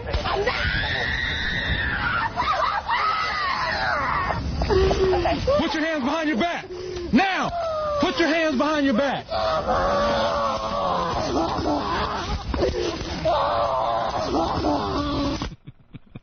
Another nice touch to this whole thing is her pants are halfway down her ass, and her thong is hanging out. What a fucking dumb lump she called. And then you see the guy just standing over with the little taser thing attached to her. Taser gun. Boy, that shit really. You know that they'd love to use that too, because they they love it. It's like a gun. You're shooting somebody, but you're not killing them. I know a few Great. cops, and I've heard them talk like, "Oh my God, to use the taser is the best thing. It's just the most fun they have." Bam! Does it go through clothes? Yeah. Oh, yeah. The little barbs on there. Didn't they hit her right in the back? Clothes. Yeah, got her right in the back. Right in her fat back. Yep, in that fat back. James Gum would have loved that back. Oh, is that great? Oh, the taser's Bam. still attached to her, I see, yeah. The handcuff is still in her back. Yep. All right. Let's go to Jacob. At the end of that clip sounded like the Tom Sizemore sex tapes. Oh, yeah. All right, we can do that next. Jacob, what's up? Yes, that's right, you guys know. I know how it feels getting tased. I got tased like a month ago. In Tased Vegas. now. It's kind of bullshit what happened to me. Because I was stopping a fight, and I kept saying I was involved. I wasn't. I'm trying to stop my two friends from fighting, and I got tased for no reason. I don't understand that. I'm trying to stop a fight. I don't understand that one bit. Sir? 1 minute. Sir? Yeah? How'd you get the head injury? Did they tase you with a cannonball? Yep, they did. Wow. And tased me Are like you 5 times. Are you okay? Not really. You have an interesting Yeah. You have an interesting speech pattern, yeah. sir. Yeah, you have an interesting speech pattern. I know I have a speech problem, but Oh, you do? What I can't happened? help it because it's from them. It's from them? Yeah, it's from... Did he tase you in the tongue? All right. Thank you, Jacob. Fuck you. Oh, he said fuck you. Oh. We made him angry pointing out his speech problem. Oh. Now he's in his room somewhere. He hung the phone up. Now he's feeling all bad about Don't himself. feel bad, mashed potatoes mouth. We're glad you called in. All right, let's get Martini Steve back in studio today. Oh, why? Well, we got the Tom Sizemore sex tapes, or sex tape, and I don't know much about this. I still haven't seen it. Where did it come from? I don't know. We'll get all the details from Steve. This is what satellite radio is all about. We could play this unedited. There's a copy of it on my desk. I haven't taken it home yet. Yeah. Take a look-see. You want to go on IMDb and explain some of the movies that Tom Sizemore was in it? Tom Sizemore. You know Tom Sizemore. He was in Black Hawk Down. He was in Saving Private Ryan. Saving Private Ryan. Might remember that. A little movie called Saving Private Ryan. True Romance. In that one. Natural Born Killers. Passenger 57. Point Break. He was the cop, by the way. If you don't know who he was the cop in Natural Born Killers who finally sits in the cell with Juliette Lewis. And what does she attack him or something? He tries to bang her and she attacks him. Yeah, I think so, right? Right? Mm-hmm. Yeah. That's the one? Yeah. He's great. And then Born on the 4th of July. Who was he in that? He was a vet. Oh, okay. Maybe it was a small part. Probably was early on in his career. And he was Sergeant Vinny Ventresca on China Beach. Remember that series, China Beach? Okay. So what happened to him? Well, he's had some problems. He went out with Heidi Fleiss, too, right? Very briefly, Very briefly? Had a few problems with the cocaine. He seems to like the cocaine. The booze. The booze. He's had some domestic problems. Been arrested for him, jailed. He's on probation. You violated that probation, or is it parole that you violate? I don't know. Maybe it's both. He also got caught with the fake penis, right? Yeah, he was supposed to take a drug test, and he had some kind of fake penis that is specially made for passing your drug test. You fill it up with urine, and it keeps it warm, and it looks like a real penis. So if they're watching you actually take a leak into the cup, you pull out this fake penis and take a leak with it. And they found out he was using the fake penis. All right, so he decided to make what? Sex tapes? Yeah, I think these were made in 2003. He makes reference to that at some point in the tape, and I'm sure at the time he wasn't planning on releasing them publicly, but he was videotaping himself having sex with Hollywood hookers, which are essentially porn stars, and or porn actresses, and they stupid phone. What kind of ringtone? He's got the It's one that's about to get turned off. Who's calling you? I don't know. Who is calling you during the show? I don't know. Someone. I will bet you anything it's my father who's calling me. Steve has a rotary cell phone. I certainly do. It's the wife calling. There's a young blonde girl in our child's bed. There it is. Wow. Good one. Wow. Okay. I saw these tapes. They just right. All right. Focus, Steve. You're losing it. Don't worry about your dumb cell phone. I'm turning it off. All right. So they don't do that again. Okay.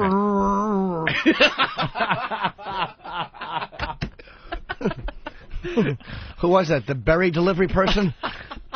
10 pounds of berries. So how did the tapes get out there? Tom Sizemore is broke and needs money.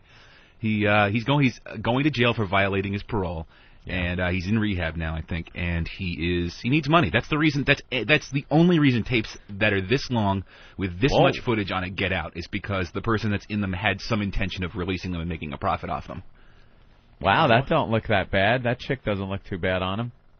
But I mean, what happens to you after Hollywood spits you out? You have his nose buried up her ass. It's great. These are very, very brutally graphic. He looks all drugged out and stuff. Yeah. What a good guy. Well, we got the audio of the tapes, and there's some classic audio here. The first one, Tom introduces himself. What's this about, Steve?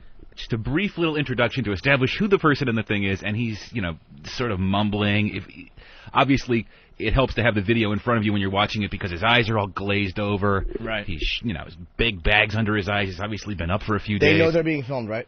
Yeah, this is not hidden camera. He's holding the camera and pointing it at his face. And some of these, it's a 2 or 3 camera shoot. He's got porn chicks on either side of him operating cameras while he's eating ass or getting a rim job. So this is not hidden camera work. Wow. All right, let's start with the first clip. My name's Tom Sizemore. I didn't do it. I deny all culpability. I wasn't there. It hasn't been even remotely fair. Okay. So stick around.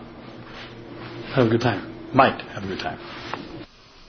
All right, so that's the intro. just a little That's an introduction. intro. What was he doing during that? Just kind of hanging out? That was he's about to get busy with 2 or 3 girls in one bed, and he's just introing his home movie. Uh-huh. All right, here's the next clip. It's February 2003. I dyed my hair at Rancho Labrie. That rhymes. And I did. And a couple of the girls there bleached my hair. And guess what else I did at Rancho Labrie? I fucked a whole bunch of the girls there. And you're not supposed to. You know why? Because it's rehab. But I didn't think my cock needed any rehab at all. It was fine. And I found out that it was doing just fine. I hadn't met Kara yet, so doesn't count as cheating. That counts as me getting laid. Oh, my God. Wow, so he was getting laid in rehab. Yeah, Rancho Labrie is this little isolated, posh rehab center in California. Okay. How do you not love Tom Sizemore already? Oh, he's the best. Wait till you hear track 6. Oh. Wait till you hear track 6. But first, here's track 3. He's trying to tell everyone how smart he is. Yeah. It's been my experience, and I'm not saying I'm smart. I'm not very smart. But I'm not stupid. Like, I know, Thomas Jefferson wrote the Declaration of Independence. He didn't write the Constitution. See, that was a whole bunch of guys. Alexander Hamilton, Thomas Paine, Benjamin Franklin, a whole bunch of cats. They were called the Founding Fathers. How about that? And they wrote it by where? What city? Philadelphia. See, good for me. And you know what I paid attention to in school? Whose tits were getting bigger. That was like my main. I'm just being honest. That's what basically everybody's thinking about. You know. Is he talking to anybody? He's talking to the camera. You got to understand the setup here is he's talking to the camera while a girl is going down on him. And you didn't explain that. Sorry. That's a big one, Steve. Yeah. Yeah. Makes him a little more interesting to listen to. While a girl is going down on him. In fact, he's engaged in some kind of sex act during a lot of this. And a girl is going down on him, and he's just in and out of some alcoholic and drug-induced stupor, so his mind is wandering all over the place. First one was too cold. Certainly was. Jimmy. It starts to get good here. So here's more Tom Sizemore. You know what you would do if you were me? You'd let Kara suck your cock. All right, what would you say? Hey, stop it! How dare you? I'm unmarried. I don't have a girlfriend. Why do you want to do this to me? Why are you offending my sense of... Why is she doing this to me? What's wrong with her? She has a disease. It's called she's a cocksucker. See what I'm saying? Look, in all seriousness, truth be told... Ooh. Was she doing the act there? She's pulling his pants down even further and going down on him while he's doing that. What's he packing? Not much. Oh, gee, why would you release that? Not much because he's broke. Figures he can make some money on it. He's hung like an acorn. Yeah. He's got movies coming out. He's got 5 movies in post-production here. 6 if you count this one. Pre-production and 2, 3 in post. Yeah. Counting this. Those will all be direct-to-video. Ass. See, I wish people would buy a movie because I'd certainly love to release it. I'd love people to see my delicious surprise. There are sequences in this where he just gets on all fours in front of the camera and just spreads cheek and just shows off his ass. You gotta love that. We're almost up to track 6, but first is track 5. He bashes Heidi Fleiss here, right? Yeah. Having my choice between sucking a cock, having my cock sucked and going to jail, I'm going to pick having my cock sucked. Given a choice between going to war and having my cock sucked, I'm going to pick having my cock sucked. Given a choice between fucking Heidi and having my cock sucked. Trick question. She wasn't much for giving head. Oh, you know what? This is a fictitious Heidi. This is not the Heidi you think it is. Oh, yeah, there he goes, trying to keep from being sued. Yeah, it wasn't bad. Oh, yeah, look at that. The movie coming out, Fly Boys, with Stephen Baldwin. God, that's got to be good. Oh, yeah. Stephen Baldwin's really mysterious. And he's got, oh, yeah, there's a bunch of nobodies. Yeah, these are all direct-to-video stuff. He's not going to get those choice roles now anytime soon. No more Saving Private Ryan. Well, here we go. Track 6. Come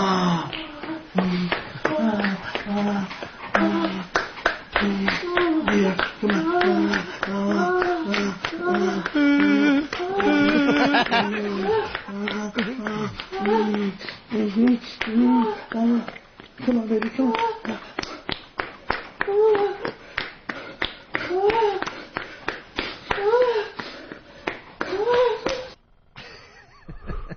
Okay, terrific. Yeah. Why was he applauding? It's pretty disturbing, huh? And half the time that he's doing this, he's got, especially in this next track, you can see he's getting blown. There's a dog barking. There's a cell phone going off, and the girl that's blowing him has a cigarette burning in one hand, and she's butted up against another girl who's trying to sleep right next to her, and just sort of not paying attention. And the camera's being held by a third girl who's in the room because it's this above shot, and it's obvious that nobody in the frame could be holding the camera. Yeah. It's a mess of bodies on this hotel room bed.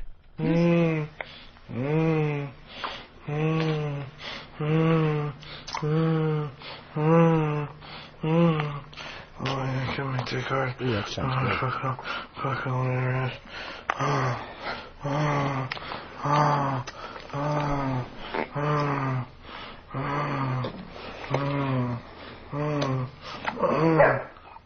Fuck yeah. A dog? Yeah. Dude, I filled up from that sound of her blowing him. That's slurping? That is great. Fuck. Keeps going and going. Moaning a little, ugh. Oh, he's kind of creepy. Yeah, would you? His moaning takes me right out of the game. No, see, I don't mind it because he's not talking. I can't understand him. I just hear her slurping, that dirty girl. Fucking servicing. This is sloppy. More Tom Sizemore. Okay, camera's on again. I'm about to commit some more crimes. I'm gonna have sex with 2 women at the same time. We're gonna talk about something that's against the law. Besides this here, which is called cunnilingus or fellatio. I'm not sure. One of them means I'm not a faggot, and one of them means I'm a faggot. So whichever one means I'm not a faggot. Oh, nothing against you faggots. I want you to like me too. Not that much. Hey, my dick is short, huh? I'm a grower, not a shower. Right? I'm an egomaniac. Wow, he is gone. Yeah. I love him. Fallen. I love him, dude. Why do you love him? Because he's just a raw, trying to dump a load male. How do you not? And he's such a good actor. How do you love him, man? I mean, he's obviously very desperate and very sad. Well, yeah, but he's also talented, so I kind of, I just... Was talented. I think he probably still act, but he's fallen. I love the fact that he's just... hard. But this is beautiful because he's such a mess. He's us. That's why I like what I'm hearing right now. He's not like... You imagine that dumb Brad Pitt did a fucking sex tape, how it would be polite and nice and he'd be gentle. This fucking slob. Chick's blowing him with a cigarette with a dog barking. How do you not love that? That's my life. Except I don't have 3 hookers. I have 1. Can't afford 3. I gotta go to trial. That's so fucked up. I gotta go to trial. I'll be For something I didn't do. I mean, I'm breaking the law. I'm soliciting a prostitute. A, it's against the law. A, but look, it's what I do. B, I use drugs. But, not that much, just when I'm awake. And C, I didn't hit her. I didn't like her. And the reason I broke up with her was because whenever I went anywhere I went, she'd suck every cock in the room. It finally kind of drains you out, Hey, LAPD. One more time, I want to make this really clear. Fuck you. Not that I don't like you guys, but I just feel about you how you feel about me. You don't like me, I don't like you. Think I'm afraid of you? Wrong guy. Okay, suck my fucking Detroit dick.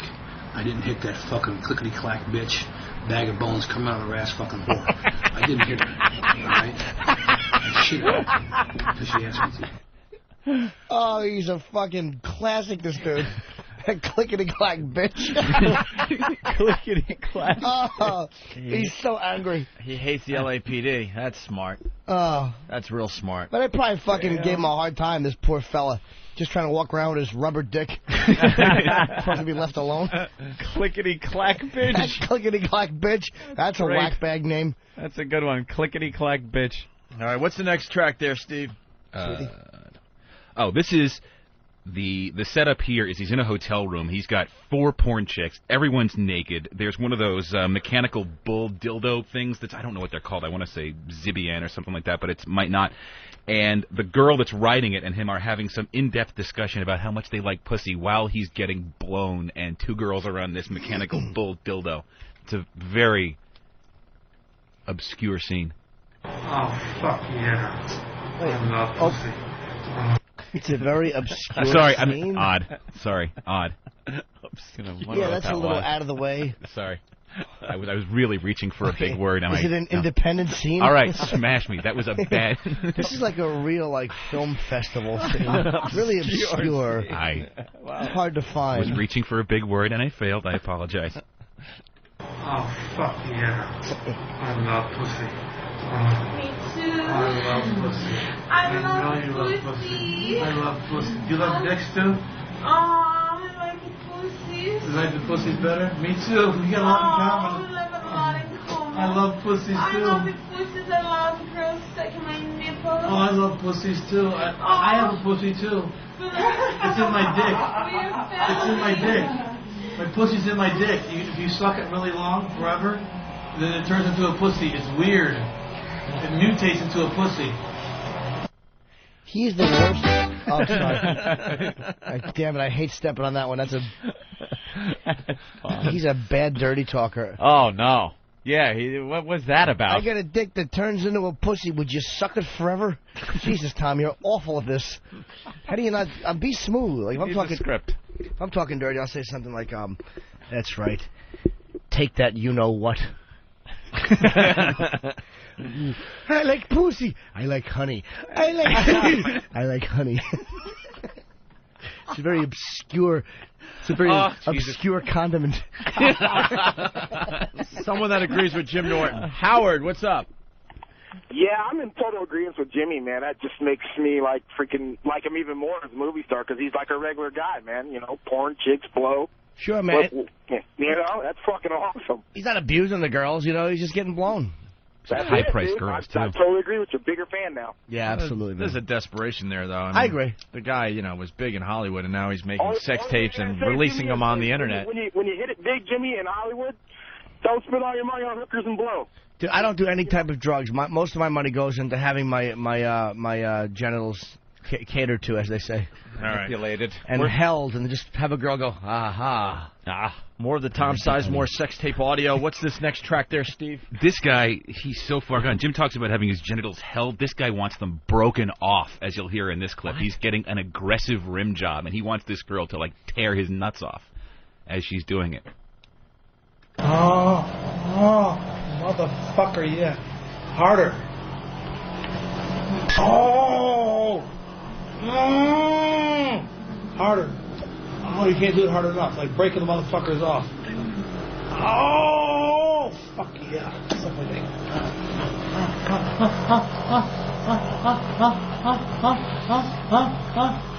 Oh, fuck yeah.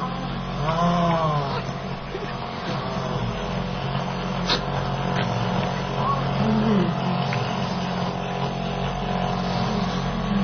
You girls are so fucking cute. I can't get a hard on right now, you know why? I'm worried about the goddamn fucking court case. Don't have to worry about this court case. I say, don't worry about the court case. My fucking mind's fucked up.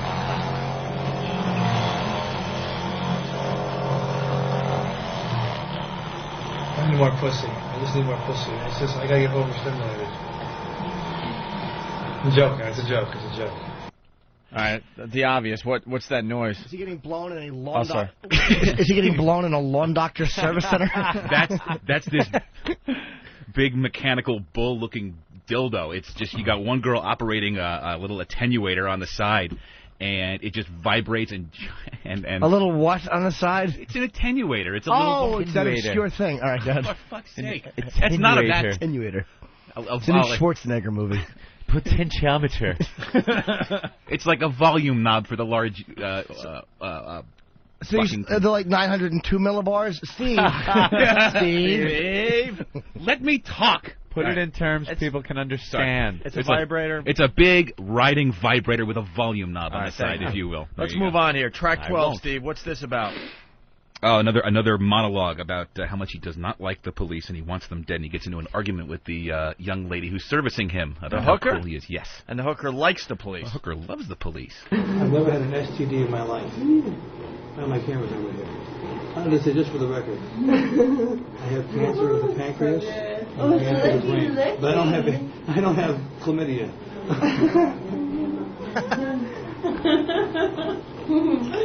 Really, I have cancer of the police.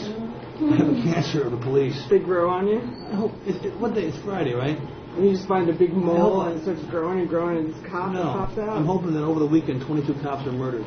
Jesus. Don't say that. I hope they have lots of kids. Oh, come on. They're people too. Well, they're not, they're the police. Generally speaking, you feel about people how they feel about you. And you know what? They've been very nice to me. Truth be told. But you should feel sorry for them. You know them, I have to feel sorry. Fuck feeling sorry for them. They've cost me $40 million, these fucking blue hair. Yeah, but feel sorry for the whole system that's so fucked up that it works that way. Well, I feel sorry for the system. I feel sorry for Okay, feel sad. You make sad. That's a dick shortener. No. What you just said to me was a dick shortener. Okay, don't feel sorry for it. Feel sad that our country is like that. Because you are above that. You see? Hey, give me my camera. When a good person is persecuted... Give me my camera. Okay. My point. Would he beat her with the camera? When the good son is shut up, bitch. How great, he didn't grovel. She's used to talking to having guys go, good point. He's like, that's a dick shortener. Yeah, shut up. Exactly. The whole time they're naked, right? Yeah, the whole time they're naked. It's the system. It's a shut up, whore, and suck. Dick shortener. That's a dick shortener, you blue-haired fucking... All right, we got 2 tracks left. This one, what does Tom Sizemore This do is here? what he actually did in the last clip was he picked up the camera and no, he didn't cave her head in with it, but he did. He just looks into it and does a whole another rant about the system and how he hates the system and the police. All right, and then the last clip is Tom having a screaming orgasm. Oh, but no. first, it's this. For the record, I want to say, no, I'm not mad at you. For the record, I feel sorry for the system. We love that. You know why? Because the system took all my money. Well, listen, I got $1 million and change left that some fucking lawyer is going to get from me. And I want to say this real quickly. I love the police. I think they're fly. Very good. I think they're bomb. Very good. Check this out. I think the police are nice people. Really nice. Let me get out my camera. I like to hang. What is she saying is so nice? Oh, she's just because he disagreed with her before, and now she's happy that he's. It looked like she was looking at something. Oh. I like to hang out with him. Hang too far from me. Every day. And smile. And Nice. pass me by. Hey, I just came in some girl's ass. I know I'm controversial, and I don't give a fuck. Hey, I just came in some girl's ass. Wonderful. He's a drug-induced stupor, and his brain is just shifting all over the place because he can't maintain a thought for more than a couple seconds. Where are these tapes? Where can people find them? There's links online. There's links on opieandanthony.com. All right, here's a dick shortener. Here's the final track of the Tom Sizemore sex tape audio. Oh, I'm coming. I'm coming. On your faces. Okay. Right there. Okay.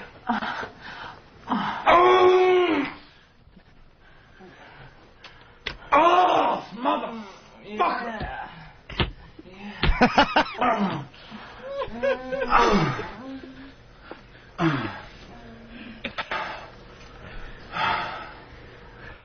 And cut. Perfect, Tom. A man of his size would easily have trouble coming on a face. It's a wrap. Wow. Holy shit. He's like putting him in position. that what he was doing? Yeah, it's exactly. Get over here, Dirk. Because he's lying down. He's laying down, and he just demands that they get their faces in the way. So Good. he's got to get on his knees. Nice. He's paying for it. They'll eat it. Paying a lot for it. Wow. All right, well, there you have it. The Tom Sizemore sex tapes. Wonderful. Well, yeah, and you won't be hearing that on terrestrial radio. Of course not. You still want us to do a clean show? Yeah. Jesus. All right. You know, it was so much better when we had to kind of dodge these subjects and use double entendre. No, I like hearing him say, I just came in a girl's ass. Absolutely. All right, thank you, Steve, for that. That's great stuff. After the break, Bill Burr joins the program. He's playing Caroline's, I think, this weekend. Very, very funny guy and friend of the show. Absolutely. We'll get him involved in the mix next. As we go to break, when Tom Sizemore was getting his nuts turned and all that, yeah, it reminded me of something we did in studio a while back. Really? Well, the guy's getting kicked in the nuts. Oh, right. The guy's getting kicked in the nuts by a dominatrix. This is the real deal. They were kneeling on the floor. Yep, kneeling on the floor, and just taking in their underwear. Not just little soft kicks, by the way. These guys, hardcore, were just getting kicked really, really hard in the nuts. And here's the audio.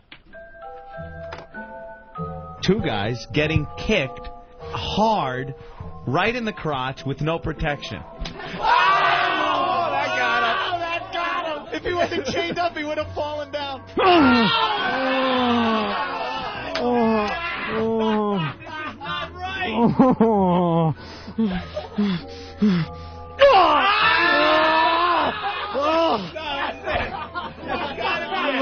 That's gotta be it. Dude, that's gotta be it. God. All right, let's see if we can't get a good kick in from Grandma. Grandma is lining up. He's down. He's down. You don't taunt Grandma like that. Come on. She got the bullseye. Still got a chance, right? Let's hear it for Grandma. Grandma, put him down.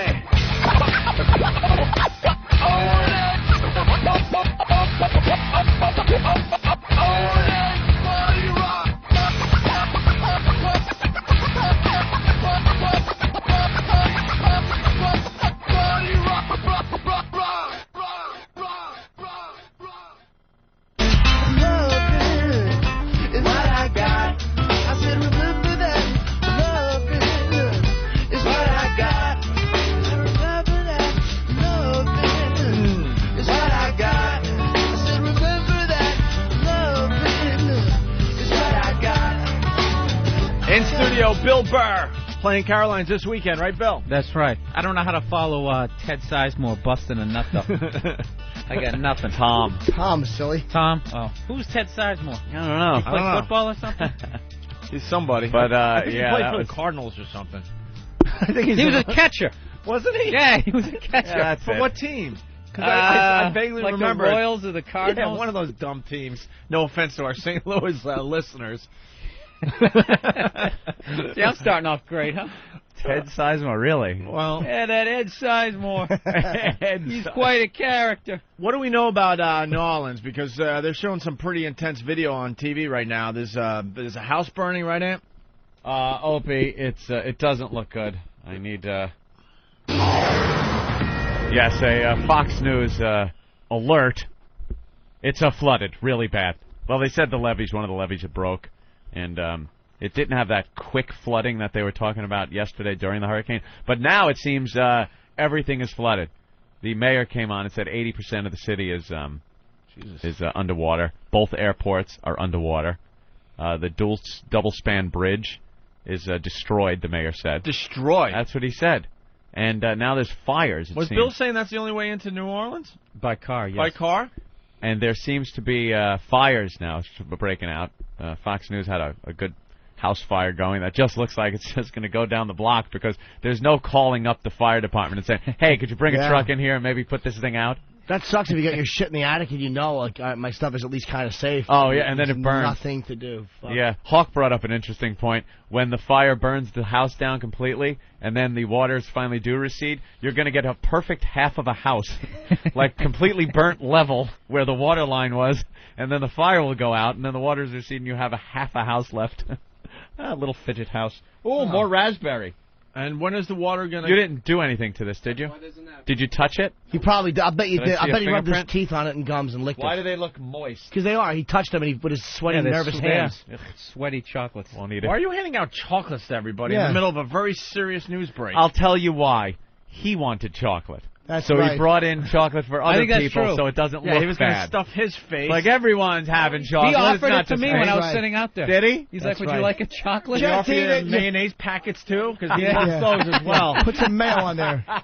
You should see him eat mayo, Phil. That's his dream, right? Oh, A mayonnaise-filled chocolate treat. Have a pecan croquant, you fucking mayo-loving cocksucker. Mayonnaise chocolate truffle. Awful. So it's and His face looks like Tom Sizemore's hookers after he's done. I believe it's Ted. Ted Sizemore, right? Ted But you know what it is? Sizemore He got- was a catcher. Someone help us out with that. He got the inspiration from those Franny Hilton tapes.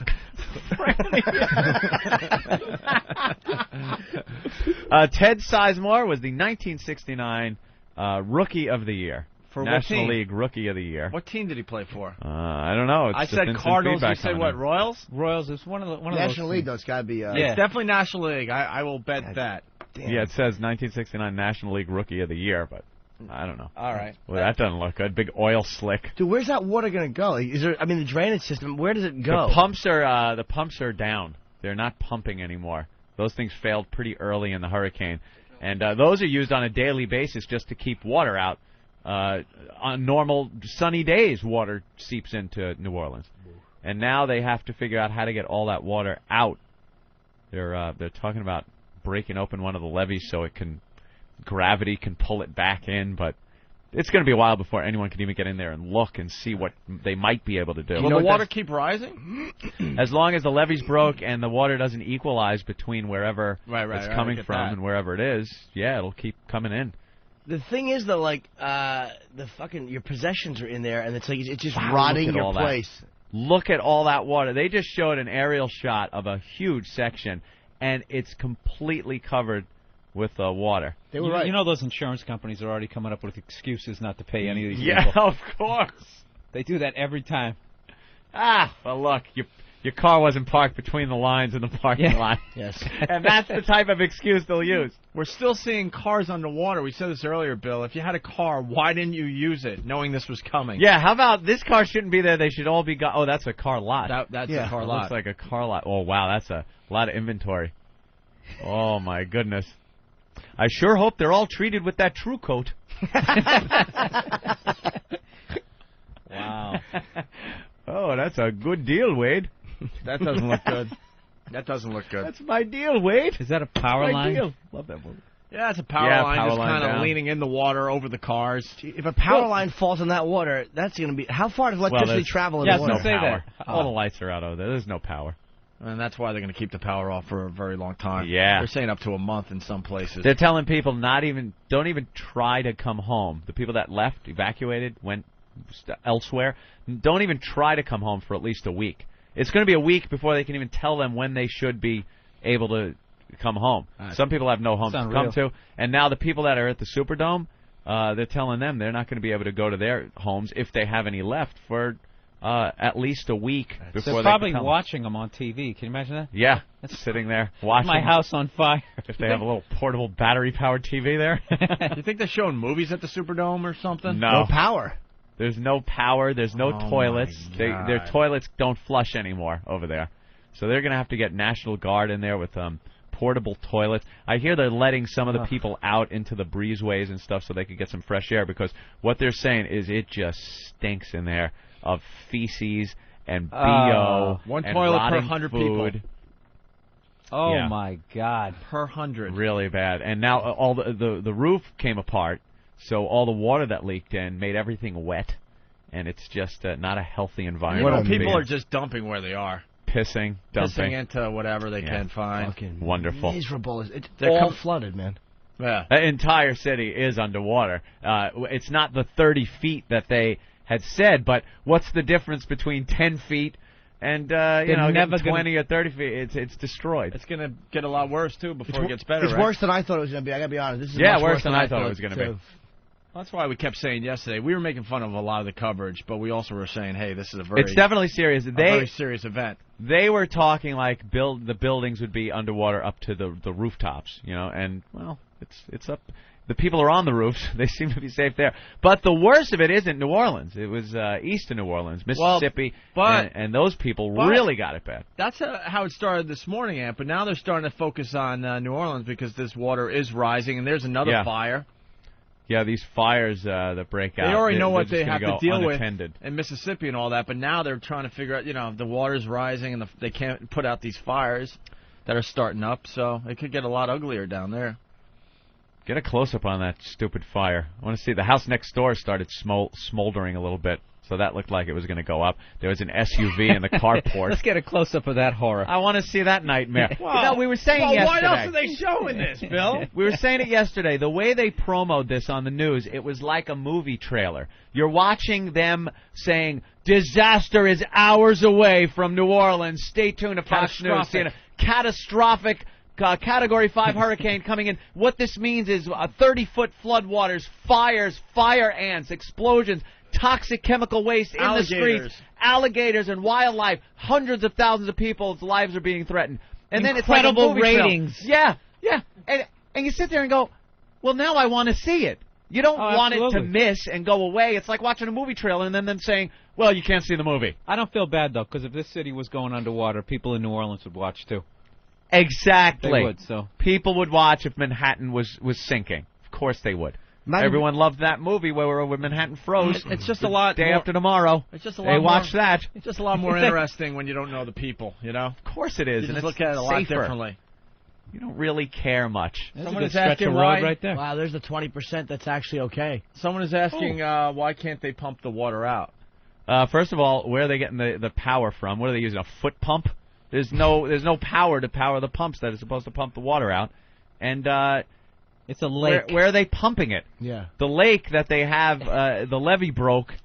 You pump it back in so it can come back into the city? On Mississippi's Gulf Coast, they're screwed. Fox News correspondent Steve Harrigan has a live report for us from Gulfport. Steve, are you there? Okay. I want to sound like I'm involved. John, we're on the second floor of one house here right near the coast in Gulfport, Mississippi, with Sherry Trollander and her husband, Jerry, who decided to ride out the storm and who survived to tell the tale. Now, Sherry, when I look down and see that pile of planks and boards there, I just see a lot of rubbish. What is that for you out there?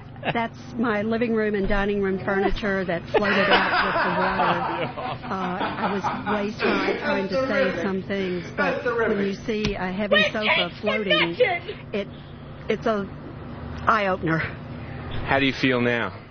I feel very lucky that we're safe. How do you I'm think she very feels, worried you about ass? I our look friends down at and that relatives. pile of shit that used to be your life in the front yard. I have What's no way going of through letting your mind? our Right. family know that. I feel like getting some ice cream. I'm just really concerned about them. And they're doing it on purpose to make us all feel, oh, man. Think I'm going to get a puppy. Yeah, exactly. Yeah, it's Brian Regan, who's going to be at Caroline's as well. Bill Burr's going to be at Caroline's all this weekend. Very, very funny guy.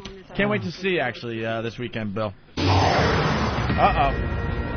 Looters. Now, you got to worry about looting in New Orleans. Police with automatic weapons called in to patrol a grocery store after looters went on a rampage. Police with automatic weapons were called to patrol the store after looters rampage, ripping apart ATMs. The pharmacy was also ransacked for obvious reasons, the drugs. I have instructed the Highway Patrol and the National Guard to treat looters ruthlessly, said Mississippi Governor Barber. Looting will not be tolerated, and rules of engagement will be as aggressive as the law allows. See their own living rooms out in the street here. Back to you in New York. Yeah, it looks like the fire spread, huh?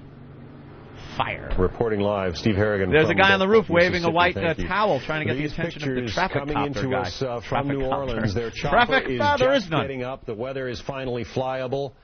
And you can see there's a guy standing on his roof. He's saying, "Go away, I'm fine." Perhaps not in great danger himself, but just trying to signal to the chaos that's going on all around him. The house across the street's on Flood fire. Everywhere, trees of course he down, wants and help. he's pointing Yeah, at his the house home is that's going to burn burning down. Yeah. Just a couple of houses away. Can the firefighters get there? No. It's absolutely impassable. You saw that deuce and a half from the National Guard pointing at earlier. the fire That's like people don't I see believe it. a Yeah, we World see it, War buddy. II era vehicle, but they are huge with drive axles on both rear wheels and the front wheel, front axle. That's about the only way you can move around through some of this high water. The helicopters. In a vehicle like that. They have helicopters that Fire put fires department out? isn't going to be able to send those very expensive Not like trucks that. into these conditions. We have with us in our Gotta New get York one of City those Coast studios Guard Dr. copters Manny in there to get that Alvarez, guy. Fox News medical expert. Right now, I suppose the medical problems are not the most severe, but they're probably coming. Well, the health crisis that's going to occur after this disaster is going to be gigantic. Immediately, of course, we have the emergency services. Put Fox back on for me. Why did you put on CNN? There's fires. Cuts and bruises and broken bones. That fire is spreading in that whole neighborhood now, huh? Yeah, and this guy's stuck on the roof. Who isn't in any danger, according to that guy. He doesn't seem to be in any danger. Yeah. The houses are like 1, 2, 3 You can just see the burning. glow of the fire off the guy's chest. Yeah. He just wants them to put that fire out before it reaches his. Fire. He's already burned his chest hair off. Look, there is 1, 2 more houses between him and the fire. You know what the worst is if you're watching this and your house is not on fire, but it's next door? Yeah. How fucking awful is that? You just got to sit there and hope you're insured. That whole house is finished. Yeah, there's nothing they could do. Oh, these guys aren't getting insurance money. They'll do that lump sum where everybody gets like $30. Yeah. Yeah, well, it's a multi-billion-dollar settlement. Well, how much money was... we've had hundreds of billions of dollars, so you get like $10.50. Your whole life up in flames. That sucks. That's it. Let's say hi to Jerry in New Jersey. Jerry, what's up? Hey, what's up, guys? Hey. It's probably better that their houses do burn for insurance purposes. You know, you figure down there they're not allowed to get flood insurance or hurricane insurance because of where they're located. But you're probably going to have fire insurance, so let it burn. I bet there's some kind of stipulation that if the fire's caused by a hurricane, you still don't get What do you paid. mean? What, you can't get flood insurance in New Orleans? I heard that on the news last night, yeah. Yeah, a lot of insurance companies won't insure it. I mean, I don't blame insurance companies, but what pieces of shit these people are. Well, I think that the emergency health services like have Carlos those Mencia. things. Yes. It is Carlos Mencia on the roof. On the roof of a house. Hey, come and get me, fucker. Okay, America, start writing your letters. I knew you wouldn't pick up any beaners. Yeah. There, it's Carlos Mencia. All right. Hey, well, you can't get flood insurance down there. What pieces of shit the insurance companies are. What kind of worthless life is this guy on the roof that he's there stranded, a fire approaching him, and the news is talking about insurance costs? Like, they don't even care about this guy. Keep him in frame, but we don't have to talk about him. make sure you get a close-up of his desperation. Yeah, just get the close-up. We need the ratings. No, he didn't appear to be in any sort of danger. That's No. all. He's just surrounded by water. Water with fire coming after him. Yeah. All right, let's with alligators surrounded his house. No biggie. It's an Anchorman understatement. We'll be keeping an eye on that, obviously. Let's say hi to John in Virginia. There's a lot of fires. John, what's up? Oh, and hey, what's up? Hey, man. Hello. Hey, Daddy. Hey. Hey, guys. Hey, listen, dude, Elliot in the morning has been talking about y'all. He's been mentioning you all morning. I don't know what's up. I don't know if he's got the word from the bosses or whatever, but he just, Trucker called up and said, hey, let's dedicate Tuesday to the truckers. Call it Teddy Tuesdays. He said, what about Wednesdays? We call it Whip 'em Out Wednesday. And then he's like, don't make fun of them. He's like, we're going to be needing one of them golden tickets soon. But that's like the second time. I'm punching out. I suck. Oh, I think he was... Wait, hold on. Was he trashing the show? He punched out. He couldn't get anything out. I don't think he really trashes the show. Oh, yeah, that's good. I tried to get on to promote a gig in D.C., and he wants nothing to do with having me on. Yeah. Now you want it there. Thanks. You're a good egg. Let's say hi to Steve in Houston. Steve, what's up? We pass. Steve. Oh, not much, man. Just waiting to get back home. Steve, you live in New Orleans? Yeah, well, the video they keep showing from the helicopter goes over my house, and I see the roof of my house. Come on, are you serious? Yeah, No. my brother's a police officer out there, and Sounds like a he's bad telling accent me to they me. can't even get to my house. It's got about 5 foot of water in it. You sound Canadian. That's it. What's your dude? You live in New Orleans. All right. What is your zip code? 70065. And that accent's right too. I could tell you couldn't put such an Jimmy, awful accent on. So you're in Houston? Jimmy. You got one of the hotel rooms in Houston? Yeah, a little chinky hotel, but They it announced looks that like there's it's my new home. 58,000 rooms in Houston, and all of them were taken. Yeah, so it's my new home. What town are you from in Louisiana? Kenner. That's right. All And right. what y'all saying We just about looked flood up your insurance, zip code. we all have to have flood insurance. Oh, you have to have it. All right, we We apologize have to for that have then. it. All right, my apologies to the insurance company. Good. Yeah, you cannot live there without it. I mean, maybe the government makes the insurance companies give it because if something like this happens, the government's gonna get fucking raped. So maybe they. How much does it cost? Is it expensive? I don't know the exact price because my mortgage company handles it. Okay. But I think everybody pays the same price. Okay. That is. Wow, the video they're flooded. now showing because they can finally get a helicopter in the sky over New Orleans. Like I said, they're blowing off Mississippi and going back to New Orleans with their coverage. It is unbelievable. Yeah, Every and inch of this place is covered in water. Dude, your house under 5 feet of water? Yeah. So, and they can't even get to my house because it's so deep. Yeah, I guess you need some. They can't get to anyone's houses, really. There's a guy stuck on the roof. Oh, the Coast Guard's talking to him right now. Good luck, pal. Wow, that seems a little harsh. What were you able to do to your house before you headed off to Houston? I didn't do nothing. I got insurance. Insurance. Do you now? You didn't move stuff upstairs or in the attic like Jimmy was saying? No, I got insurance. But is it stuff that you obviously you don't see? I'm sure you're upset, but is it like a lot of family heirlooms, or just like shit that you like I can replace? The Hope Diamond in there. Well, you know, sentimental shit. I have photos and stuff I wouldn't want to lose. That's really all I have is photos. Yeah, I'm 29, and the only thing that, believe it or not, I'm pretty sad I didn't take with me is my pictures that I took with you guys. So. You guys. Oh, you guys. Well, if that's the biggest thing you lost, you really lost nothing. I mean, I would never take another picture with you, so that's kind of like a memory that's never going to come back. But I mean, I'm sure these guys would be happy to. You know what people really have to do? You should scan your pictures, important photos, and put them on a hard drive somewhere, like online, somewhere away, a storage facility that you could do that. A lot of people don't realize once those pictures are gone, they're fucking gone. Wait, is there a storage facility you can do that on? Insurance. Yeah, you could do insurance. I have insurance. That pay for the pictures. Got the insurance. No, if you go to there are websites, storage websites that you can go to, where you can then upload for a price, and they will store whatever you want to, videos, pictures, for a price, and you could store these pictures online. But how many millibars can you put? Millibars. All right. Now I want to know because I have gigabytes. I mean, all kidding aside, guy. I know the insurance stuff's important and the floods, but I have a lot of gigabytes. I'm not sure of the price, Jimmy. I'm sure with a few clicks on your keyboard, you can get that information you'd need. But can people hack into that and see your shit?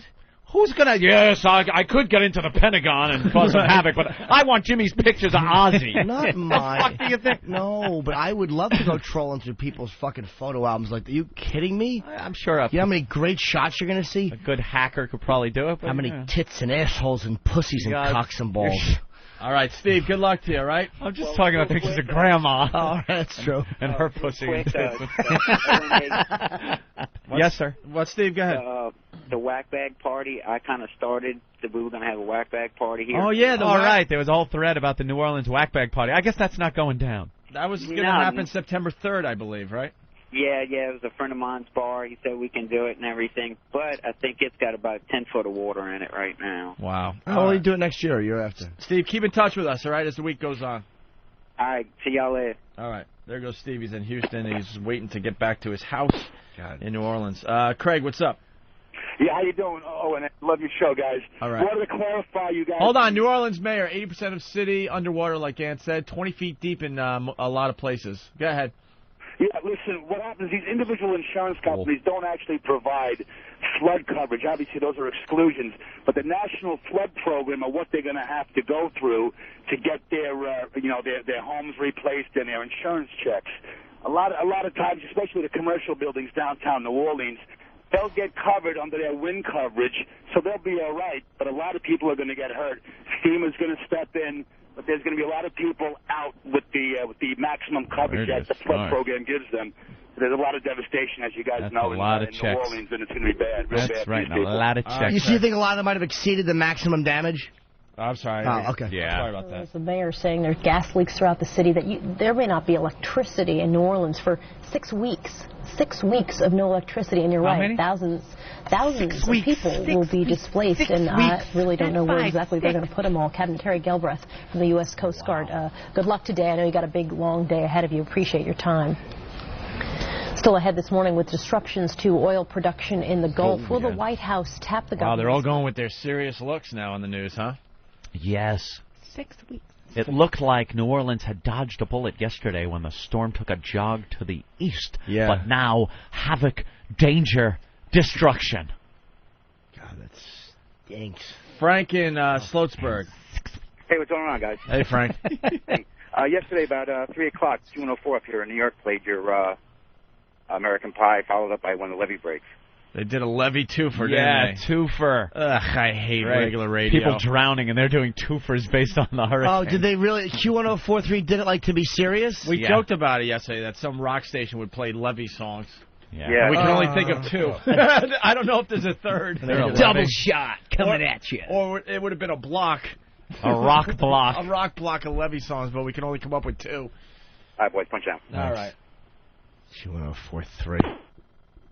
There you have That's some Sabbath. Okay, we'll put on War Pigs for you. Airports in this region are still closed. They include Mobile, Alabama, Gulfport, Mississippi, and yes, again, New Orleans. The disruption in flights comes at the worst time for the airline industry. Several carriers already on the brink of bankruptcy, among them Northwest and Delta Airlines. Delta is a major carrier in the hurricane-affected region. One airline industry expert saying Katrina and Sky High. All right. Did they get their planes out of there, though? Both Continental partners. Because that's, imagine if an airline had their planes there at the airport and now they're stuck there and can't get them out. I bet you they got. Yeah, they're probably dead. Flew them out of there. Let's get George on the phone from Colorado. George. Hey, morning, boys. Morning, George. Hey, a buddy of mine, he lives in New Orleans, and he owns a couple of small electronics stores down there. He came up here to Colorado to get away from the hurricane, and all of his security cameras in his house and in his stores, we were able to access off the Internet, so we watched him lose everything. How did you do that with the power out, though? He, until the power went out, we were able to watch it. But like his house, he has a backup generator at his house, so we were able to watch it for quite a while. Who turned the backup generator on? It automatically kicks on when the power goes out. How does that work? I'm not a fucking electrician. Right. He calls up with a dramatic story, and we're like, trying to catch him in a lie. I think he's lying. I think you're lying, sir. I believe the guy. Yeah. I'm a fucking truck driver, not an electrician. I'm calling shenanigans. Everybody goes with the generator. There's a generator. Yeah, it comes on automatically.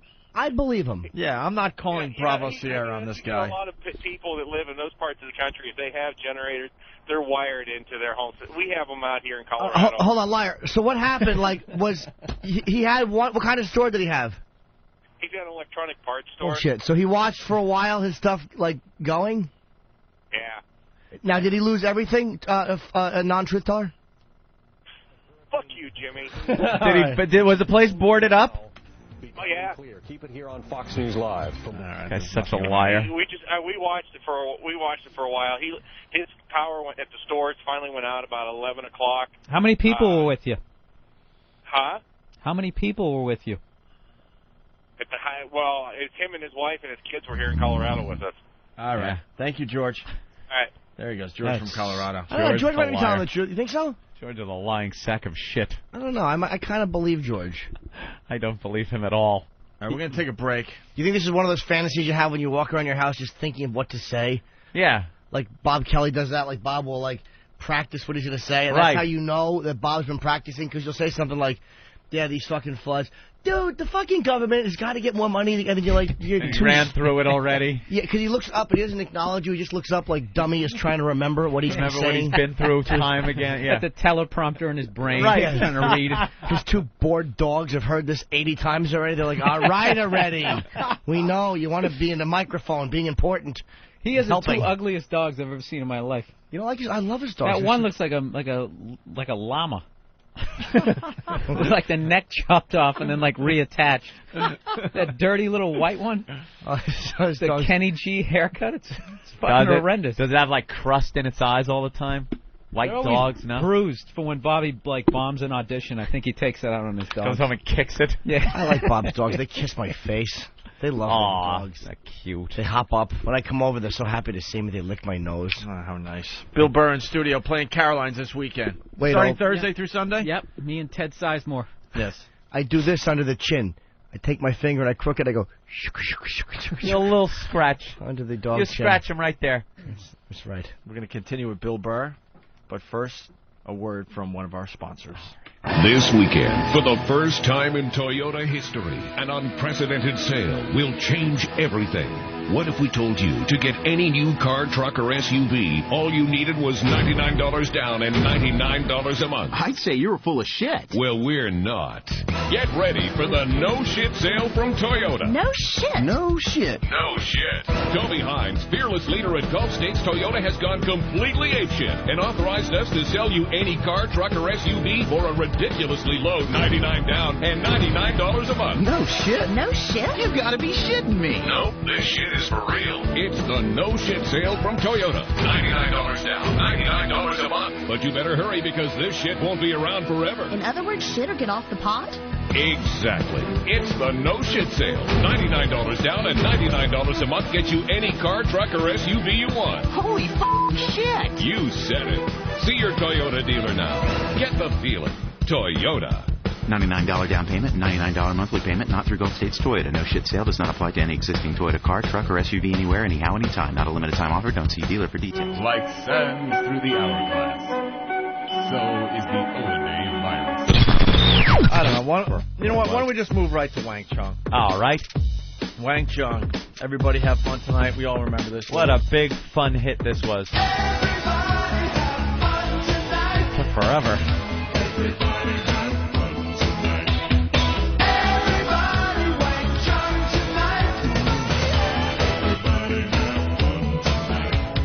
There you go.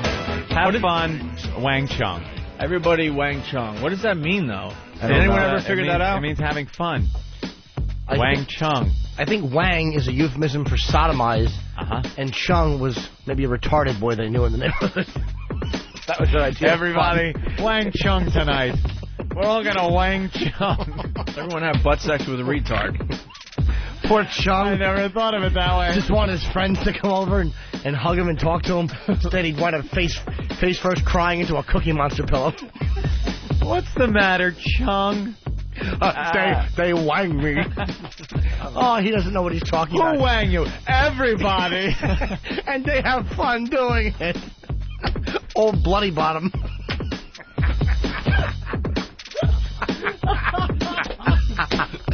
Chung throws a punch like he takes it in the ass. Oh. Even on vacation, across the nation, around the world, everybody Wang Chung tonight. Some guy even drove 1,000,000 miles to fuck that tempting bottom. Didn't even keep it a secret. Spread the word. Everybody Wang Chung tonight. Oh, there's a line of cars like at the end of Field of Dreams, all waiting. Put it in his sword. Took us. Jesus. We're supposed to be laughing at this. Oh, poor innocent bottom. What little Chung. Oh, he's just confused. He wants friends. Sheepish dope. Opie and Anthony, the virus is spreading. I hear the train a coming, it's rolling around the bend, and I ain't seen the sunshine since I don't know when. I'm stuck in Folsom Prison, and time keeps dragging on. Yeah. But that train keeps a rolling, on down to San Antone. And we're back. Bill Burr sitting in. He's playing Caroline's in New York City all weekend long. We got a guy calling in from New Orleans with a first-hand account.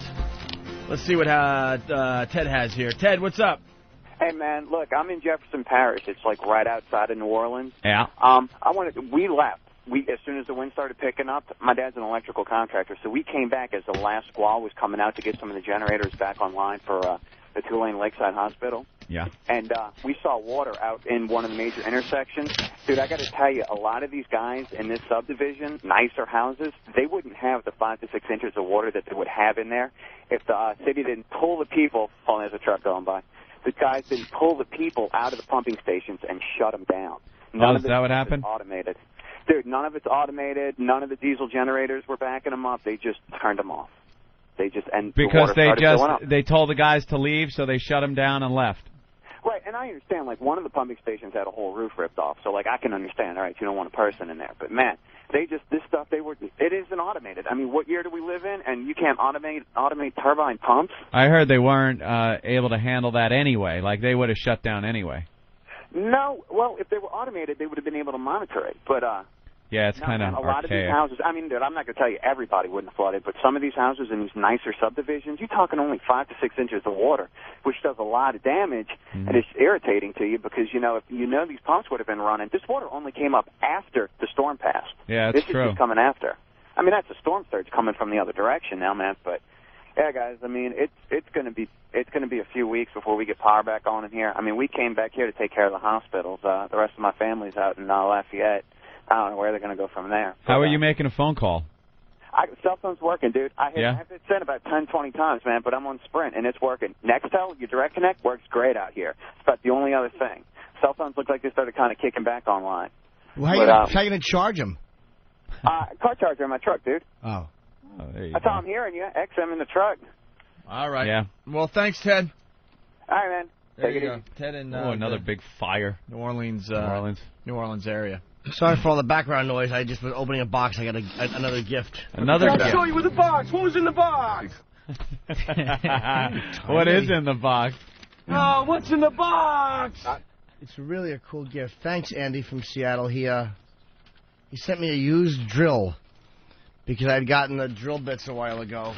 We're really starting to get some strange gifts from that our is fans. a skill drill. This would be great to use in my apartment, though, right? That is fine, but for your needs, though, I couldn't see you needing anything better than a cordless, though. Yeah, this is kind of a fucking... Yeah, now you need a cord. You should have a cordless drill in your house. Now, is this good for putting things on the wall? A cordless is even better. Yeah, that's a little bulky, a little heavy. A little heavy. You need an extension cord, which I'm sure you don't have. One that's grounded? Huh? Let me see the prongs why on would that I drill. punish it? All right. You want the prongs? Yeah, Let me see the prongs. This is absolutely a two-pronger. Oh, it's a two-pronger. Of course. Right, okay. Of course. This is nice. Thanks for the 35-pound drill. That is a heavy drill. I can use to fucking hang my celebrity photos. This is good. I'm going to build a deck in my apartment building, you shithead. Anybody have anything lighter, like maybe a fucking bowling ball with 2 lead shoes? You're a creep, Andy. It's a little strange, to say the least. Fucking weird gifts I get. How about just some pictures of vaginas and some pornography? Right. All right, we got the latest recap from CNN lady. about the hurricane. Here's the latest now on the aftermath of Hurricane Katrina. In just one state alone, Mississippi, there are an estimated 55 people dead. And the state's governor says that death toll could be overshadowed as reports come in from just one county. Meanwhile, the mayor of New Orleans says 80% of his city is underwater today. And a new crisis rises by the hour. A breached levee is dumping even more water into this besieged city. Nearly 1.5 million homes and businesses are without power from Louisiana to the Florida Panhandle. And there are warnings that some areas are so decimated, those residents will not see power for more than a month. How sad is this video on Fox right now? Yeah, that house a fire is out of control, and the house next to it is smoking. It's smoking. That thing's going up. What is setting these off, though? Like, if there's no power, gas. Like leaking gas. It's the generators, man. Something happens, those generators kick on. The insurance. There's insurance. A shit-covered alligator. Wow, that house is smoldering. Fox is just waiting for the next house to go on fire. They can't get enough of this. Love they the cannot fires. get enough of this. All right, with this guy. These might be old footage. It's the same one. They keep showing. Oh, that's what the they same do. Guy. That's the same video they already put. Carlos Mencia again. They trick you a little bit. They still stuck. They make it look like It's still live, but it's not. That's not a live shot. They're burning down a beaner's home.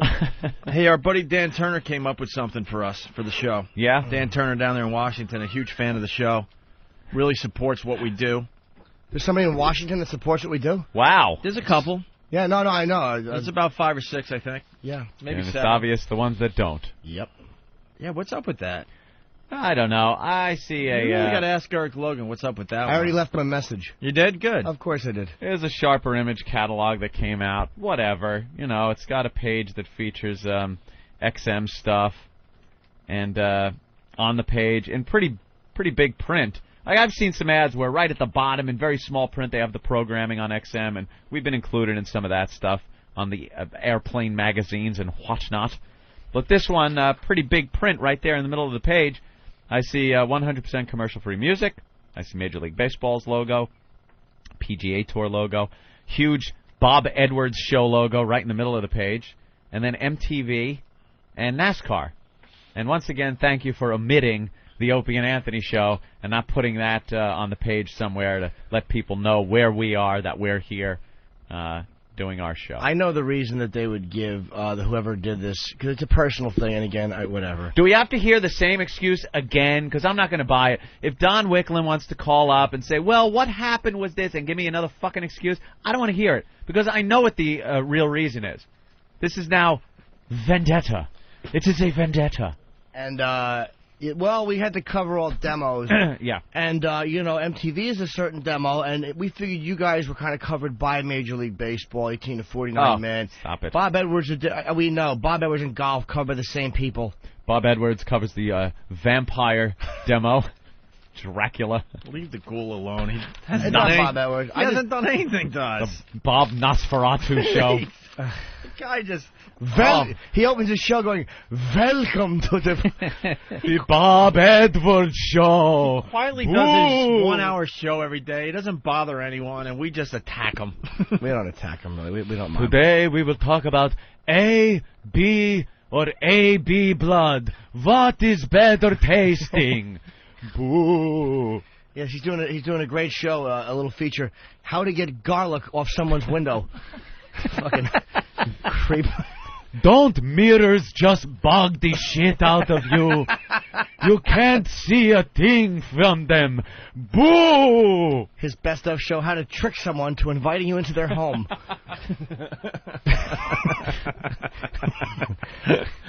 Thank you for inviting me to your home.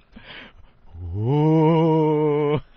Hovering around as a bat. You know what it is he's just got, he's got like a creep. Like he's a vampire and a ghost. It's not enough that you're a vampire, you also gotta, boo. Well, he's very creepy. Ooh. I can't shit on Bob Edwards. Van Helsing is a great producer.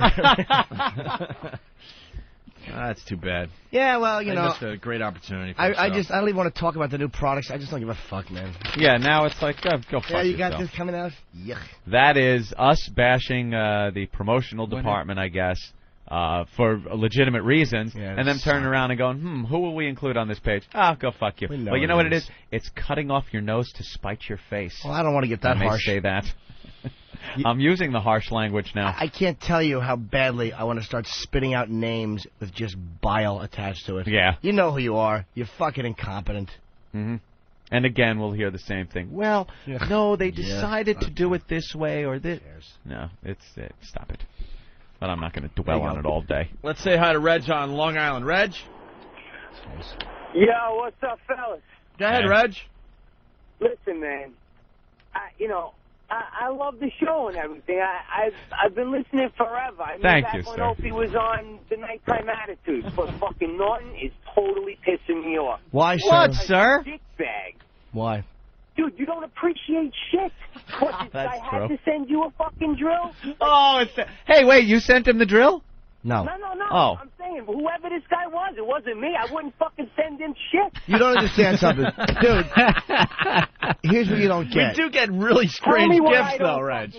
Yo, I'll tell you what you... Dude, I'll tell you. It would be nothing without the show. Dude, I'll tell you. I'll tell you what you don't get.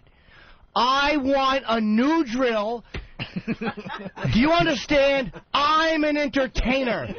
And if a common person wants to send me a gift to pay homage, that is acceptable. You want to jerk me off with your common person bullshit? But it will be a new fancy drill for a man of my caliber. You want me plugging a cord in like you have to? Yo, I want a cordless fancy drill, boy. And think about how that guy feels. He paid for the postage, shoved it in a box, sent it to you. Hey, did he really? Well, think about how I feel, hoping I have a new cordless gift and seeing that cumbersome cord. Think about how a man in my position feels. You don't deserve to sit there. I wish Bill Burr would kick you right in the fucking teeth right now. Bill Burr wouldn't dare. Bill Burr knows a fancy person when he's sitting next to one. Yeah, stop trying to divide and conquer. That's right, sir. You're not smart enough to hurt my feelings. You with your tools with the cords on them. There, so I can't kick him in the mouth. Nah, you wouldn't kick me in the mouth. All right. I'll kick you right in the mouth. Nah, you wouldn't. Fuck you and fuck your mother. What do you think of them apples? Oh, shit. Fuck you.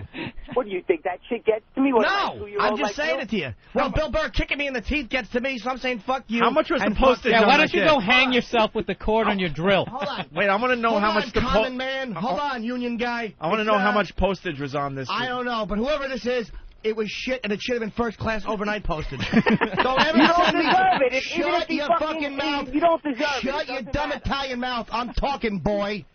Shut up, common person. There's a fancy entertainer talking.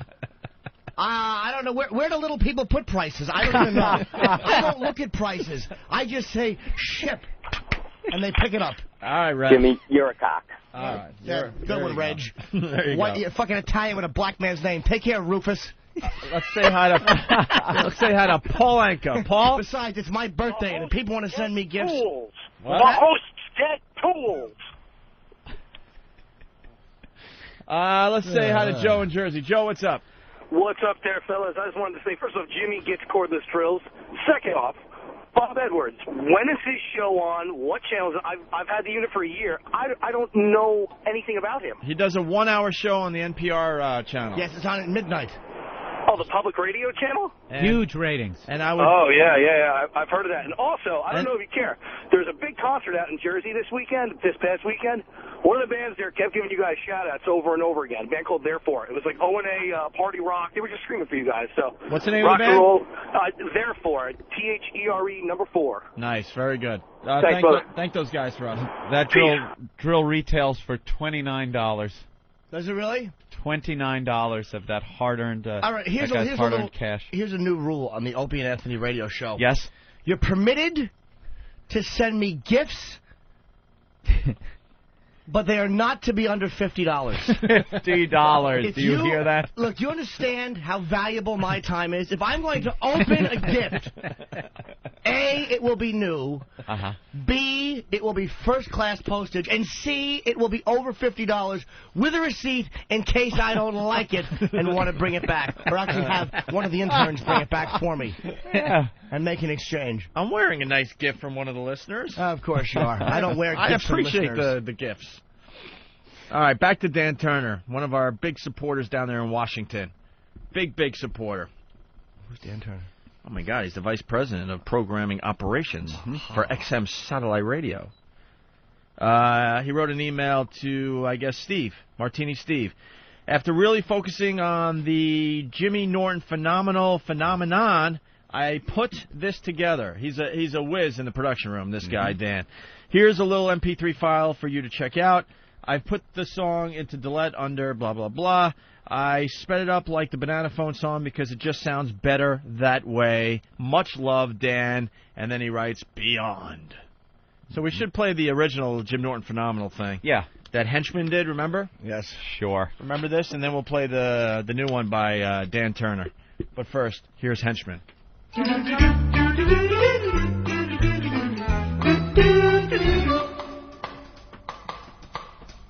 Phenomenal. Phenomenal. Phenomenal. Do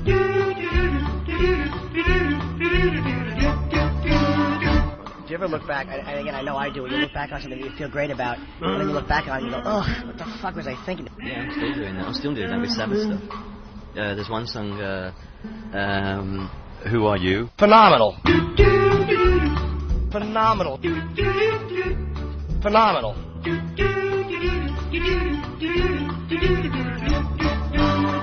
And you know, there's always got to be one buzzkill in life, and I got to just really quick address the post. A guy named Dan Aquilante. I want to sink him up in his face. He gave me trashed out Sabbath, or, you know, where Ozzy created horror with his cringe-inducing vocals. Ozzy sounded phenomenal. Phenomenal. Phenomenal.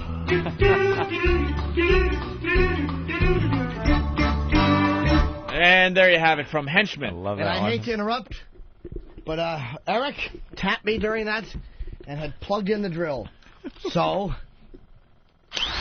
oh, there we are. Riveting. Unplug that hunk of shit and take it out of this studio, or I'm going to fucking drill a hole through your face. It still has sawdust on it. Yeah. Did you see the cloud come out of it when he... Hold on. He tapped me during that bit, so let's do it twice. Pull over. This is going to be a big laugh getter. There we are. Remove it. Good one. That stupid Reggie with his toolbox. Hey, you know, the guy sends you a gift. Shut up. We have the best staff in radio, I gotta tell you. All right, so Dan Turner took what you just heard and he redid it, Anthony. All right. So without further ado, let's listen to what Dan Turner put together.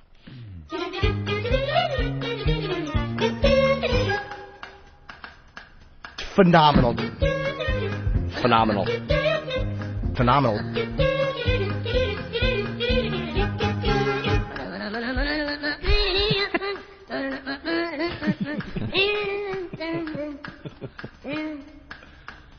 Phenomenal. Phenomenal. Phenomenal.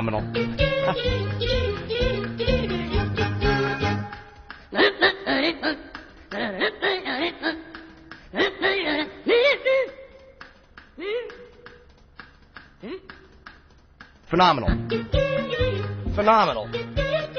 Phenomenal. Phenomenal.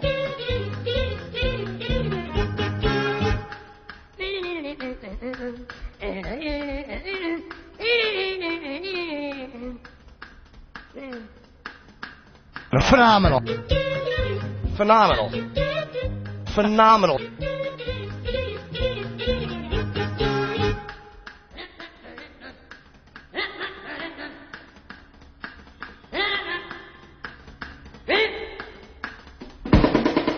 Phenomenal.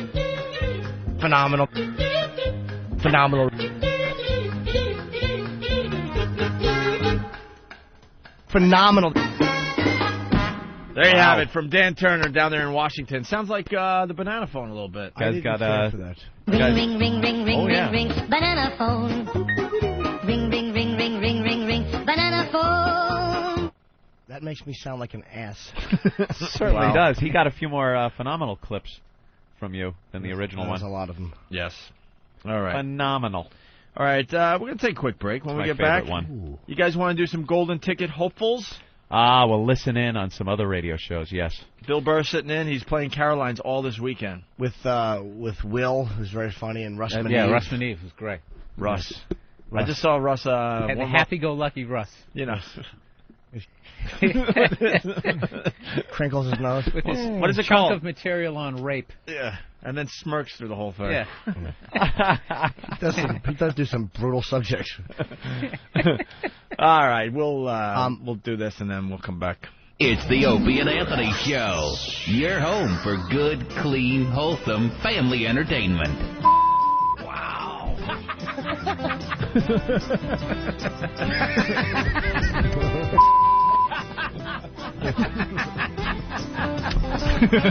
That is such a long way to go just to say.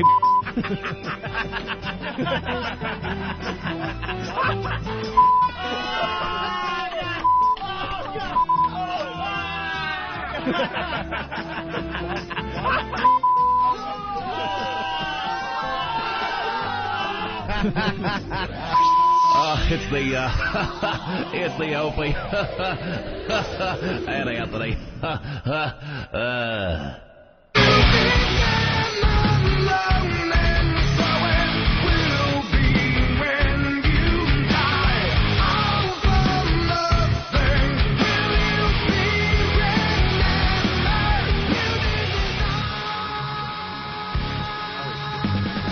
right, let's get into some golden ticket hopefuls, Anthony. We're going to save 4 people from commercial radio. We've already saved 1 radio show. That's Ron and Fez. They start on 202, September 12th. Right. Yeah, I guess Howie's doing the same thing now. Well, good for you. Yeah, out of nowhere the other day. From. Out of nowhere the other day, he said he was going to save 5 shows from terrestrial radio and bring them to satellite. That's a novel idea. Yeah, of course. From the master creator of everything and anything. Shit, look at that. What?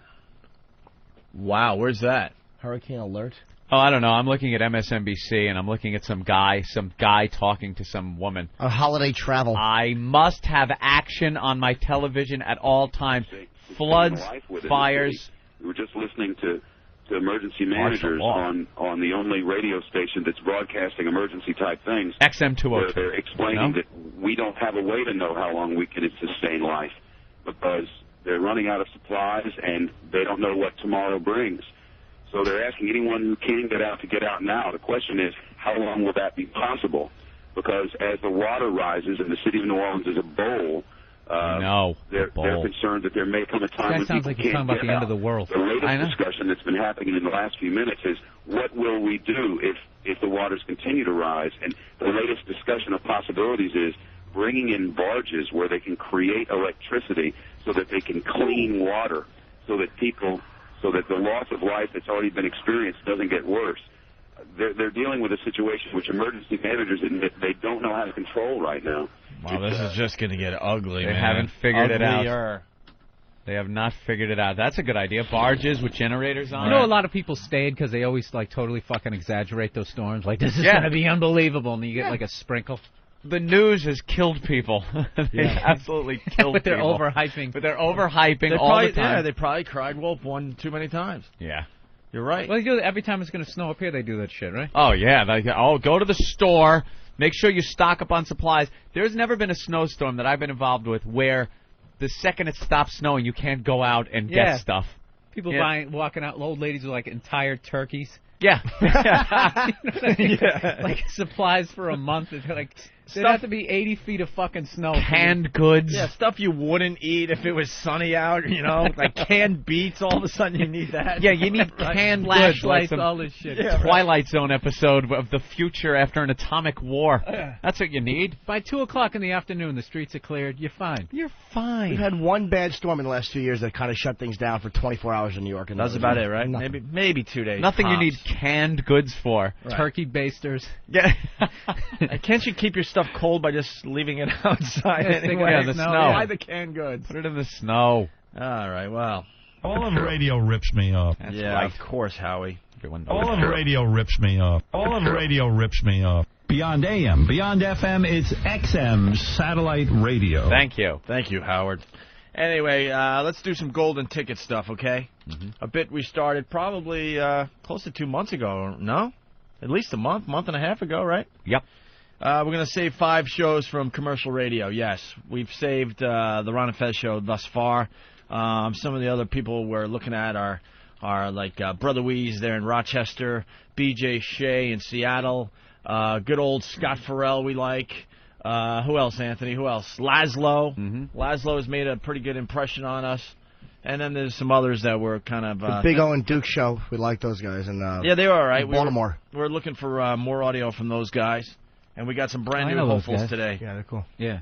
The first golden ticket hopeful is a show called The Fiasco on WJRR in Orlando, Florida. Mm-hmm.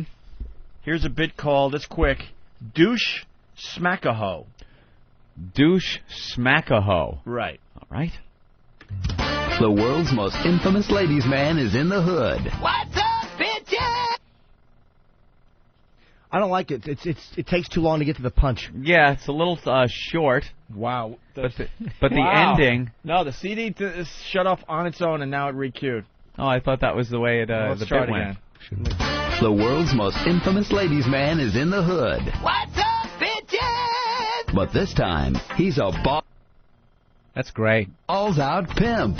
DiMangelo, where my money at? Hey, douche. There's 10, and 5 makes 15. $15, bitch!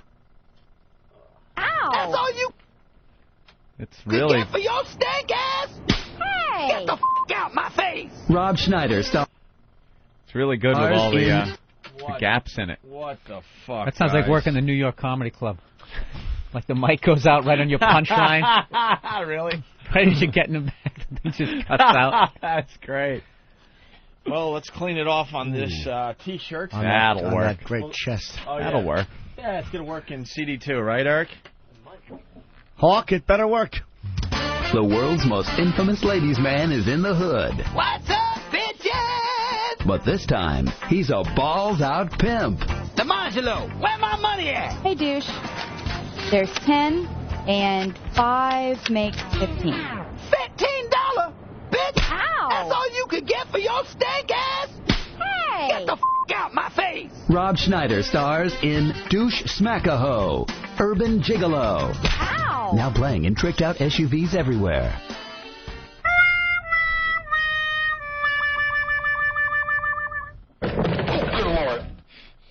Wow. What do you guys think? Subtly racist. I like that aspect. Subtly racist. I think that Eric's sigh of relief makes me very happy. Oh, was he fucking Nick nervous for a second? Because you said, let's get a play in number 2, isn't it, Eric? Like, I know this was your fault, sucker of cocks. And look at Happy Boy Hawk. It did play lovely. I guess I do ride him a little hard. Oh, it's not his fault. No wonder he's sucking mayonnaise out of the packets. He's just trying to kill himself quickly. Got his mayo right there. Little hand in his boyish pocket. Look, he's got just sitting there just in case. He really does look Oh like he has my a God! yo-yo. Are you really going to eat that? Yeah, do it. It's how you reward yourself with your support of God! God damn it! He just an entire packet of mayo in his mouth. All right, well, that's the fiasco. You want to play another? Let's give him one more shot, another bit from the fiasco. Dude, I can't get over the fact. I don't know why that. I've drank urine, and yet that offends me. That you just ate a pack of mayo. You know, really that's like just egg white or surviving and oil. a plane crash? Were you surviving a plane crash? Why did you drink urine? No. No, it's so funny. We're like, yeah, I know. But like Bill, you don't hang that much in studio. You're shocked by that. We're just like, No, I knew he was. He's been, I know, but we're like peed on. I didn't think he ingested drank it. it. You know, like rude. He had a girl come in here and spit in his mouth. Yeah, but we just mayo. The mayo gets him. We're past the point of discussion on that one. We're just like, it's common. It's common. It works out. Ann hates germs. I drink piss. Next case. All right, why don't we try another bit from the fiasco, just in case? Just in case. Maybe it was. Maybe that was This bit's an called off one. the, I guess, sexual harassment gnome. Velocity Travel presents Jerome, the sexual harassment gnome. Over there's the coffee machine, and here's your cubicle, Jerome. All right, I'll leave you to it. Have a great first day. Superb. It seems I'm adjacent to a gaggle of fair maidens at their sexual peak. Dear lady, pray tell, wouldst thou like to see a magic trick? Are you a midget? A little person? I don't know what to call you. I'm sorry. Just call me Jerome. Okay. Well, what's the magic trick? Come sit on my lap, and I'll make something disappear. Oh, my God. That's what she said. You vile dwarf! Huh! Ooh, she likes it rough. Delicious. This has been Velocity Travel's sexual harassment gnome, Jerome. He'll never leave you alone.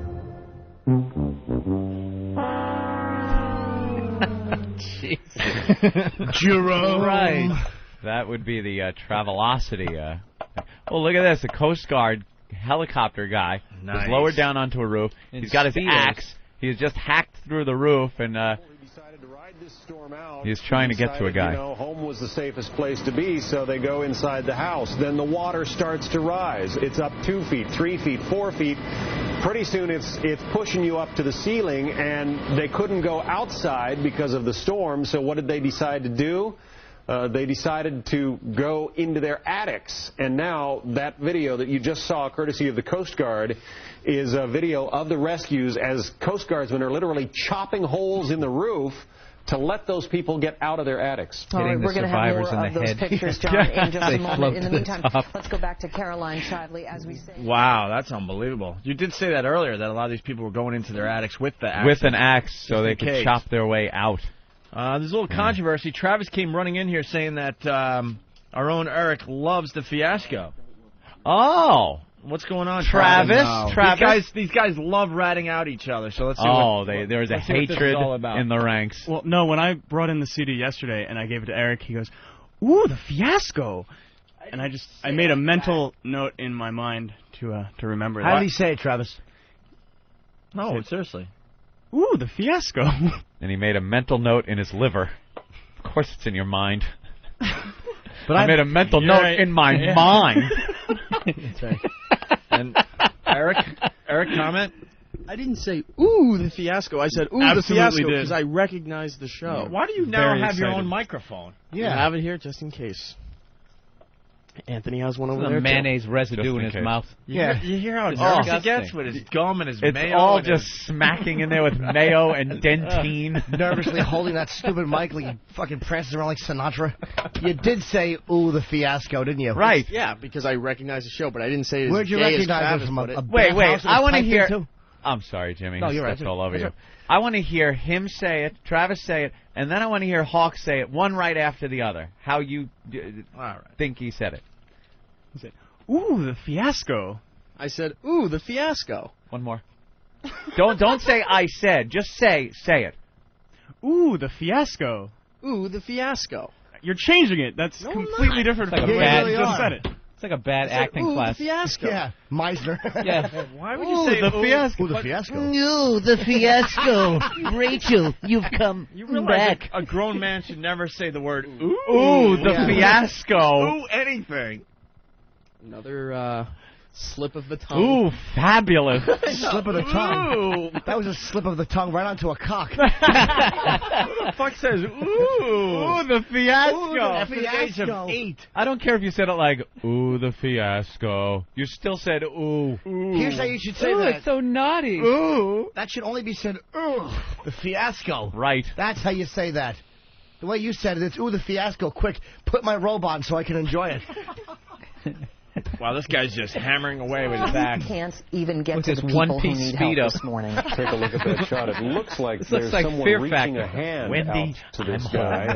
And, A live rescue again, on one Fox. of the Coast Guardsmen who has been dropped there. Pull by him out. helicopter. There's plenty of room. Now That must be play some out this fat same motherfucker in scene there. Perhaps tens of thousands of times, because from the footage we've been able to see so far, there are thousands and thousands of homes in the Why are we New Orleans looking at him area and not that the are flooded chopping like through the this. roof? It is Yeah. absolutely. This is gonna just Ooh, get the fiasco. ugly. All right, well, the fiasco. Ooh. I guess we're gonna have to pass on the fiasco, huh, guys? Ooh. As we attempt to give out more golden tickets. How about Is this it true show? Hawk called them a pretty cute show? We'll move on to the next. No, he said, ooh, it's a pretty cute show. Ooh, the fiasco. We'll move on to the next golden ticket hopeful. Well, Eric is from, I'm sorry, but Eric is from Orlando. You're from Florida. Shut your face. You're from Florida, so I know you've heard the fiasco and you've enjoyed them. Why don't you just admit to people that you've enjoyed the fiasco? Yeah. Enjoy the show. I know one of the guys. You know one of the guys. He listens to it with a big jar of mayonnaise in his lap. Yeah. He just scoops it in with his bare hands into his mouth, giggling like a schoolgirl. The lights out. Jeremy comes up with a good point here. Jeremy? Yes, I'm going to suck cocks instead of putting your race through. Oh, wrong guy. Jesus. Jeremy. Yeah, Jimmy Norton's always sound like a frolicking queer. He's always, ooh, Opie. Ooh. Anthony. That's not true, dude. Dude, when if I admire, it's not being queer. If I admire Opie's body, I'm not even being weird, but if I say Opie, like, Jesus Christ, dude, I mean, like, that shirt, like, really fits you well. I'm not putting you down for saying it, but I'm just wanting to call you out on that because you guys are making fun of him. And well, I kid around when I do that. I go, ooh, Opie, but I'm actually kidding. Yeah, he's mocking the whole ooh thing. Yeah, Eric is actually really rejoicing in a show called The Fiasco because he met on the other end of a fucking cracker one time in a circle of other gentlemen happens to be on that program. Hey, what has the president said about this whole thing? What's his take on this whole thing? It's Al-Qaeda. That's what it is, Al-Qaeda. It's terror. Hurricanes don't like freedom. Hurricane. Taking away our freedom. That's what it is. Has he said anything yet? Of course. This is getting really ugly. All right. The next hopeful, Anthony, is a show Trying to called... get people out. Going to stay the course. Hurricanes don't like freedom. Can't pull out now, or the hurricane wins. Just go back to your normal daily life. know the water. He really is hard to support sometimes. Oh, wait, we do have a Yes. clip from. We do have a clip. You got it all there? All right, we got Got a the clip. president? Yeah, because I want to know what he's saying about this whole thing. Because this is a true mess. This was a terrible storm. It's a storm that hit with a lot of ferocity. Elo. It's a storm now that is moving through, and now it's the time for governments to help people get their feet on the ground. I want the people to know in the affected areas that the federal government, the state government, the local governments will work side by side to do all we can to help get your lives back in order. We're in place. We've got equipment in place, supplies in place, and once we're able to assess the damage, we'll be able to move in and help those good folks in the affected areas. You talking about Iraq? Yeah. Halliburton's going to come down to New Orleans. All right, I'm going to help you out. He raised a good point, though, because he did say that it was a bad storm. Terrible. Which I wasn't really too sure. Yeah. When he says it now, you know it is.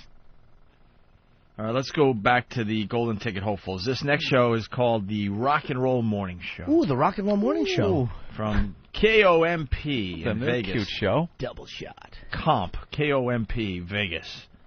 Here's a bit they did called the STD song. Boy, ouch, ooh, ah, boy, ouch, ooh, ah, boy, ouch, ooh, ah, boy, ouch, ooh. You see, I met a girl named Sunset.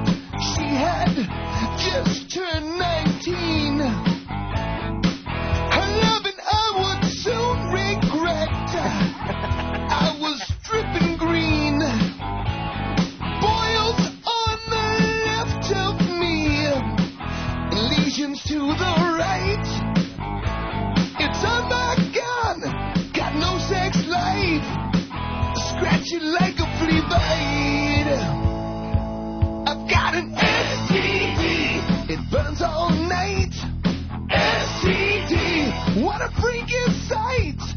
STD, I got a bump like a toad. STD, and swollen lymph nodes.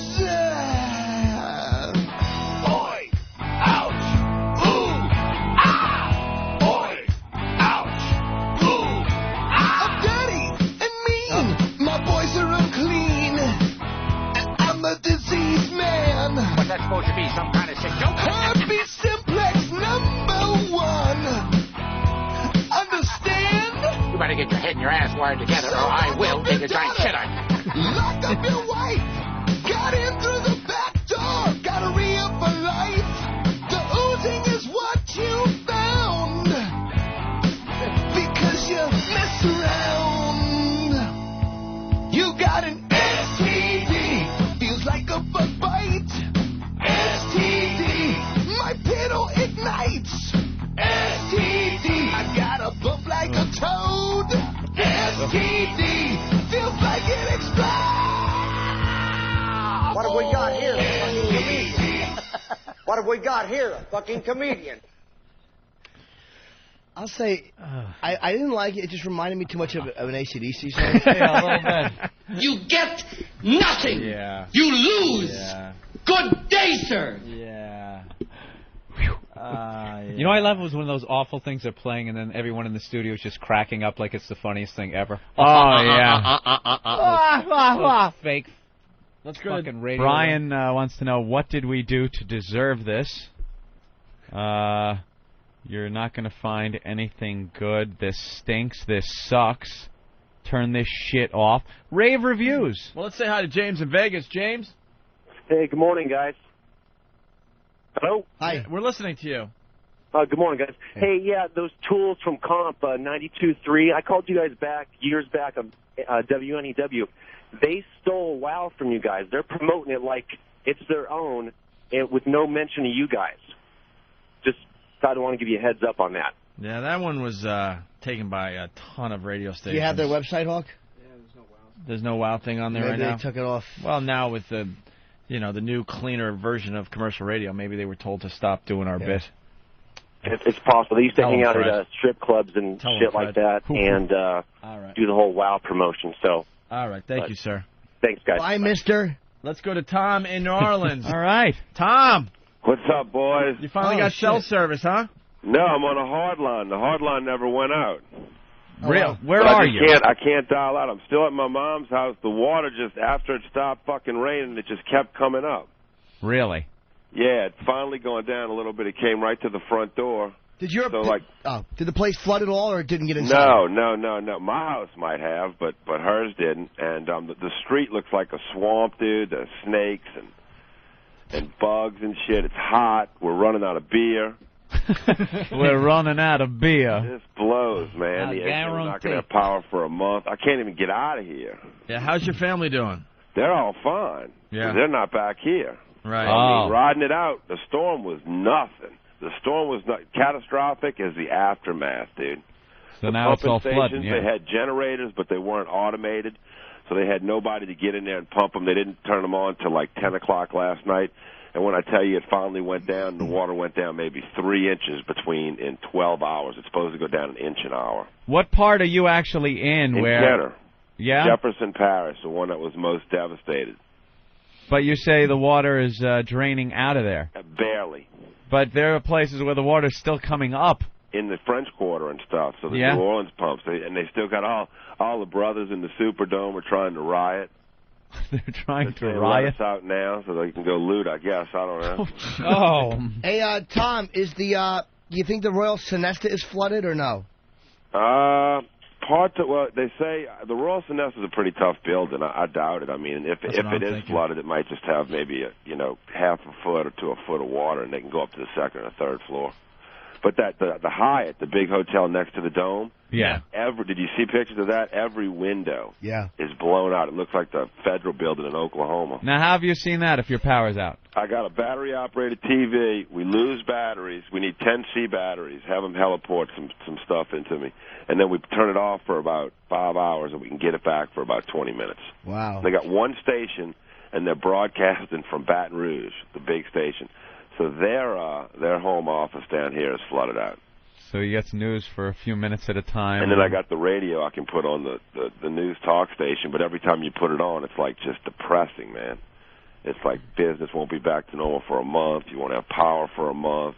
They're not letting people even in the parish till Labor Day, which is Monday at...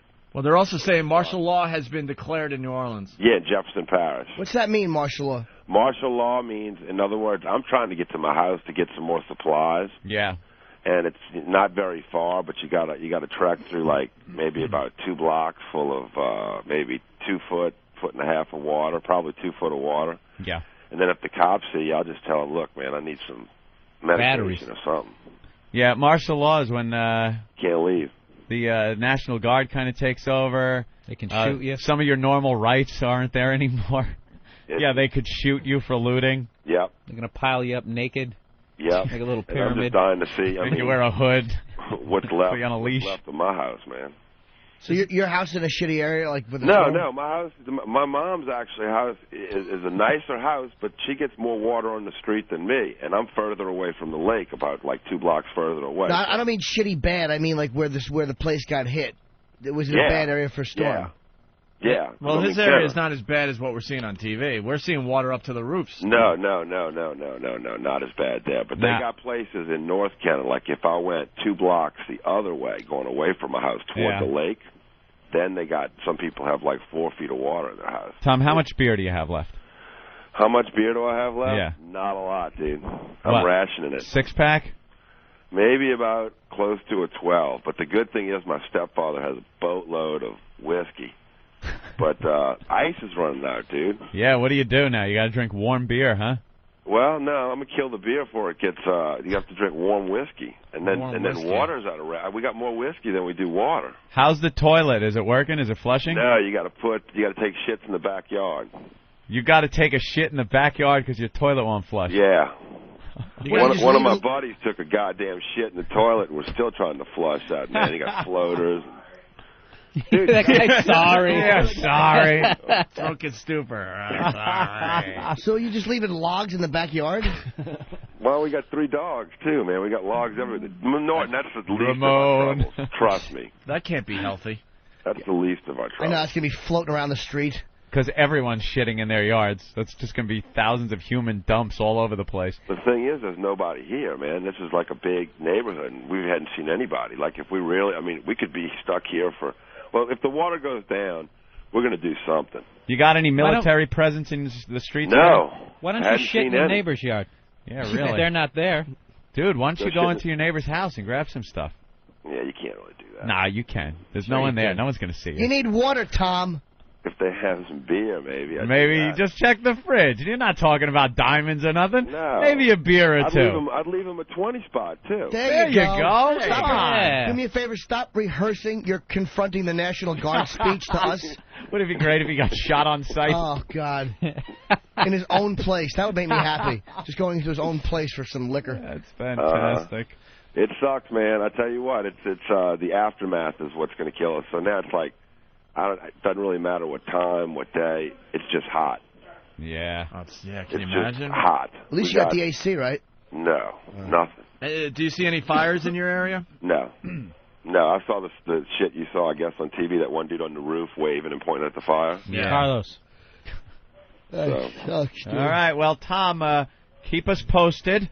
I'll check in tomorrow, boys. I didn't even know I was going to be able to get through. I couldn't get through to Ben's cell, and then I saw this number where y'all had called back yesterday. So Yeah, use this obviously one, I because can get through Ben's always that on the number. phone. Yeah. You know, but, dude, it's pretty bad, man. The thing is, you just can't get anywhere. You got to ration the water. I mean, the only thing we got a lot of is whiskey, so I guess we'll just get tanked and sweat. At least you know you won't be wasting any like water, doing like toothpaste type things. So at least you won't be wasting. No, I did. I brushed my teeth this morning, dude. Oh, cool. You did. Get that funk out of your mouth. You got to use a little bit of water. Well, good luck, man. We were thinking about you. All right, boys. I'll check in tomorrow. All right, Tom. Send some beer this way. We'll try to get a care package. Care package. All I need, beer and ice. That's it, dude. I'm good. I can live without water. All right. Bye, Tom. All right, later. There goes Tom. Wow. Boy, he's roughing it out. Wow. He actually sounds more coherent there than he has in the Oh, years yeah. I'm talking to him. Absolutely. Well, he's, I guess, one of the people, strangely enough, in the areas that were lucky. Good. You know, he's said it came up to his DOA, but didn't flood the house, and now it's receding, so came up to the DOA. And then, of course, he had to have his obligatory racist remark about the black people in the Superdome rioting.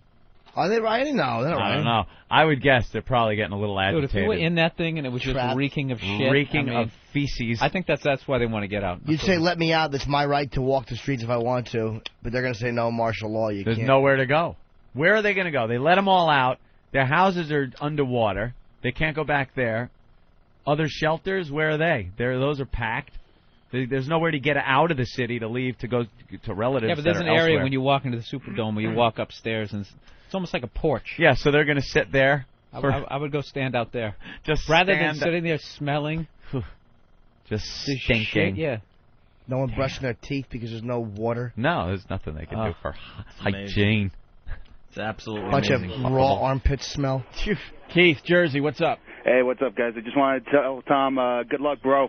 Good luck, you guys suck. bro. Thank you, Keith. Bye, Let's say fella. hi to Mike in Jersey. Mike? Hey, what's up? What's up, Mike? Yeah, what did we learn? Yeah, sure. Hope he works out, Anthony hates germs, and Jimmy drinks piss. Watching out. All right. Bye, nice. fella. Is it that time already? Wow, it is. Yeah, look at that. Prozac, what did you Wise. learn on the Opie and Anthony show today? I learned Miller bars are a place where they serve Miller beers, and Heidi Fleiss is a clickety-clack bag of bones bitch. Very good. Clickety-clack. Love you guys. Yeah, we gotta That mess. hear that again. Ted Sizemore. And don't forget, by the way, you can see Frank Burr if you want. He will be at Caroline's. What's today? Tuesday? So was it Thursday through Sunday? Yeah, the 1st through the 4th. 212-757-4100. I think I'm coming to see you down there. Absolutely. I think a bunch of Yeah. us will be there. When's your HBO Taking a special, field man? trip. September 16th. It's getting a lot. Everyone's talking about that HBO special he shot. It was supposed to Yeah. be fucking It great. was So very definitely funny. go check him out at Caroline's.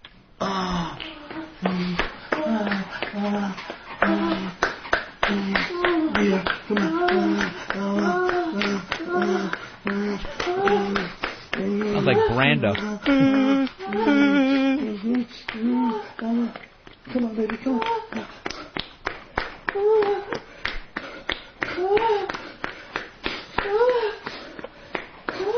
slab over his pubic bone. Yeah, just smack him. Sounds out of shape. But we didn't hear the orgasm, Ope. Yeah, where's the money shot? All right, we'll end with Where's that. the cumsies? Lawn jockey. What's up, lawn jockey? Hey guys, I want to play What Did I Learn? All right. I learned that Tom Sizemore needs faces now. All right, punch out. Let's say hi to Mike. Mike, what did you learn on the show? I learned that black people like to sit on a porch. Punching out. Let's say hi to Danny in New York. Danny. Hey, I learned that if you suck Tom Sizemore's dick long enough, it turns into a pussy. That's what he said. Oh, yeah, he did say that. Very good. Let's say hi to Jerry in Jersey. Jerry. Hey, Ope, I learned that Eric, sucker of cocks, is ridden hard by Opie today. Sorry, Hawk. Punching out. Very good. Yeah, I guess we could end with the Tom Sizemore orgasm. Well, let's hear Tom. We're going to end with the Tom Sizemore orgasm. Want to thank Bill Burr for stopping on by. Caroline's all weekend. You can stop by, tomorrow, Thursday, Friday, whatever you want to do. Okay, cool. But without further ado... And I just got a quick thing, man. I know a lot of people are mad at me for what I said about the drill. I just want to say the guy for the drill, all kidding aside, it's shit. On your faces, on your faces.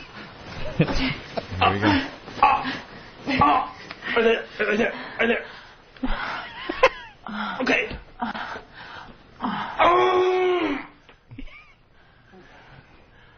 Oh, motherfucker.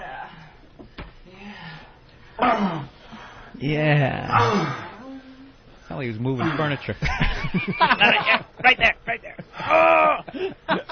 And that's how we end today. Everybody go home.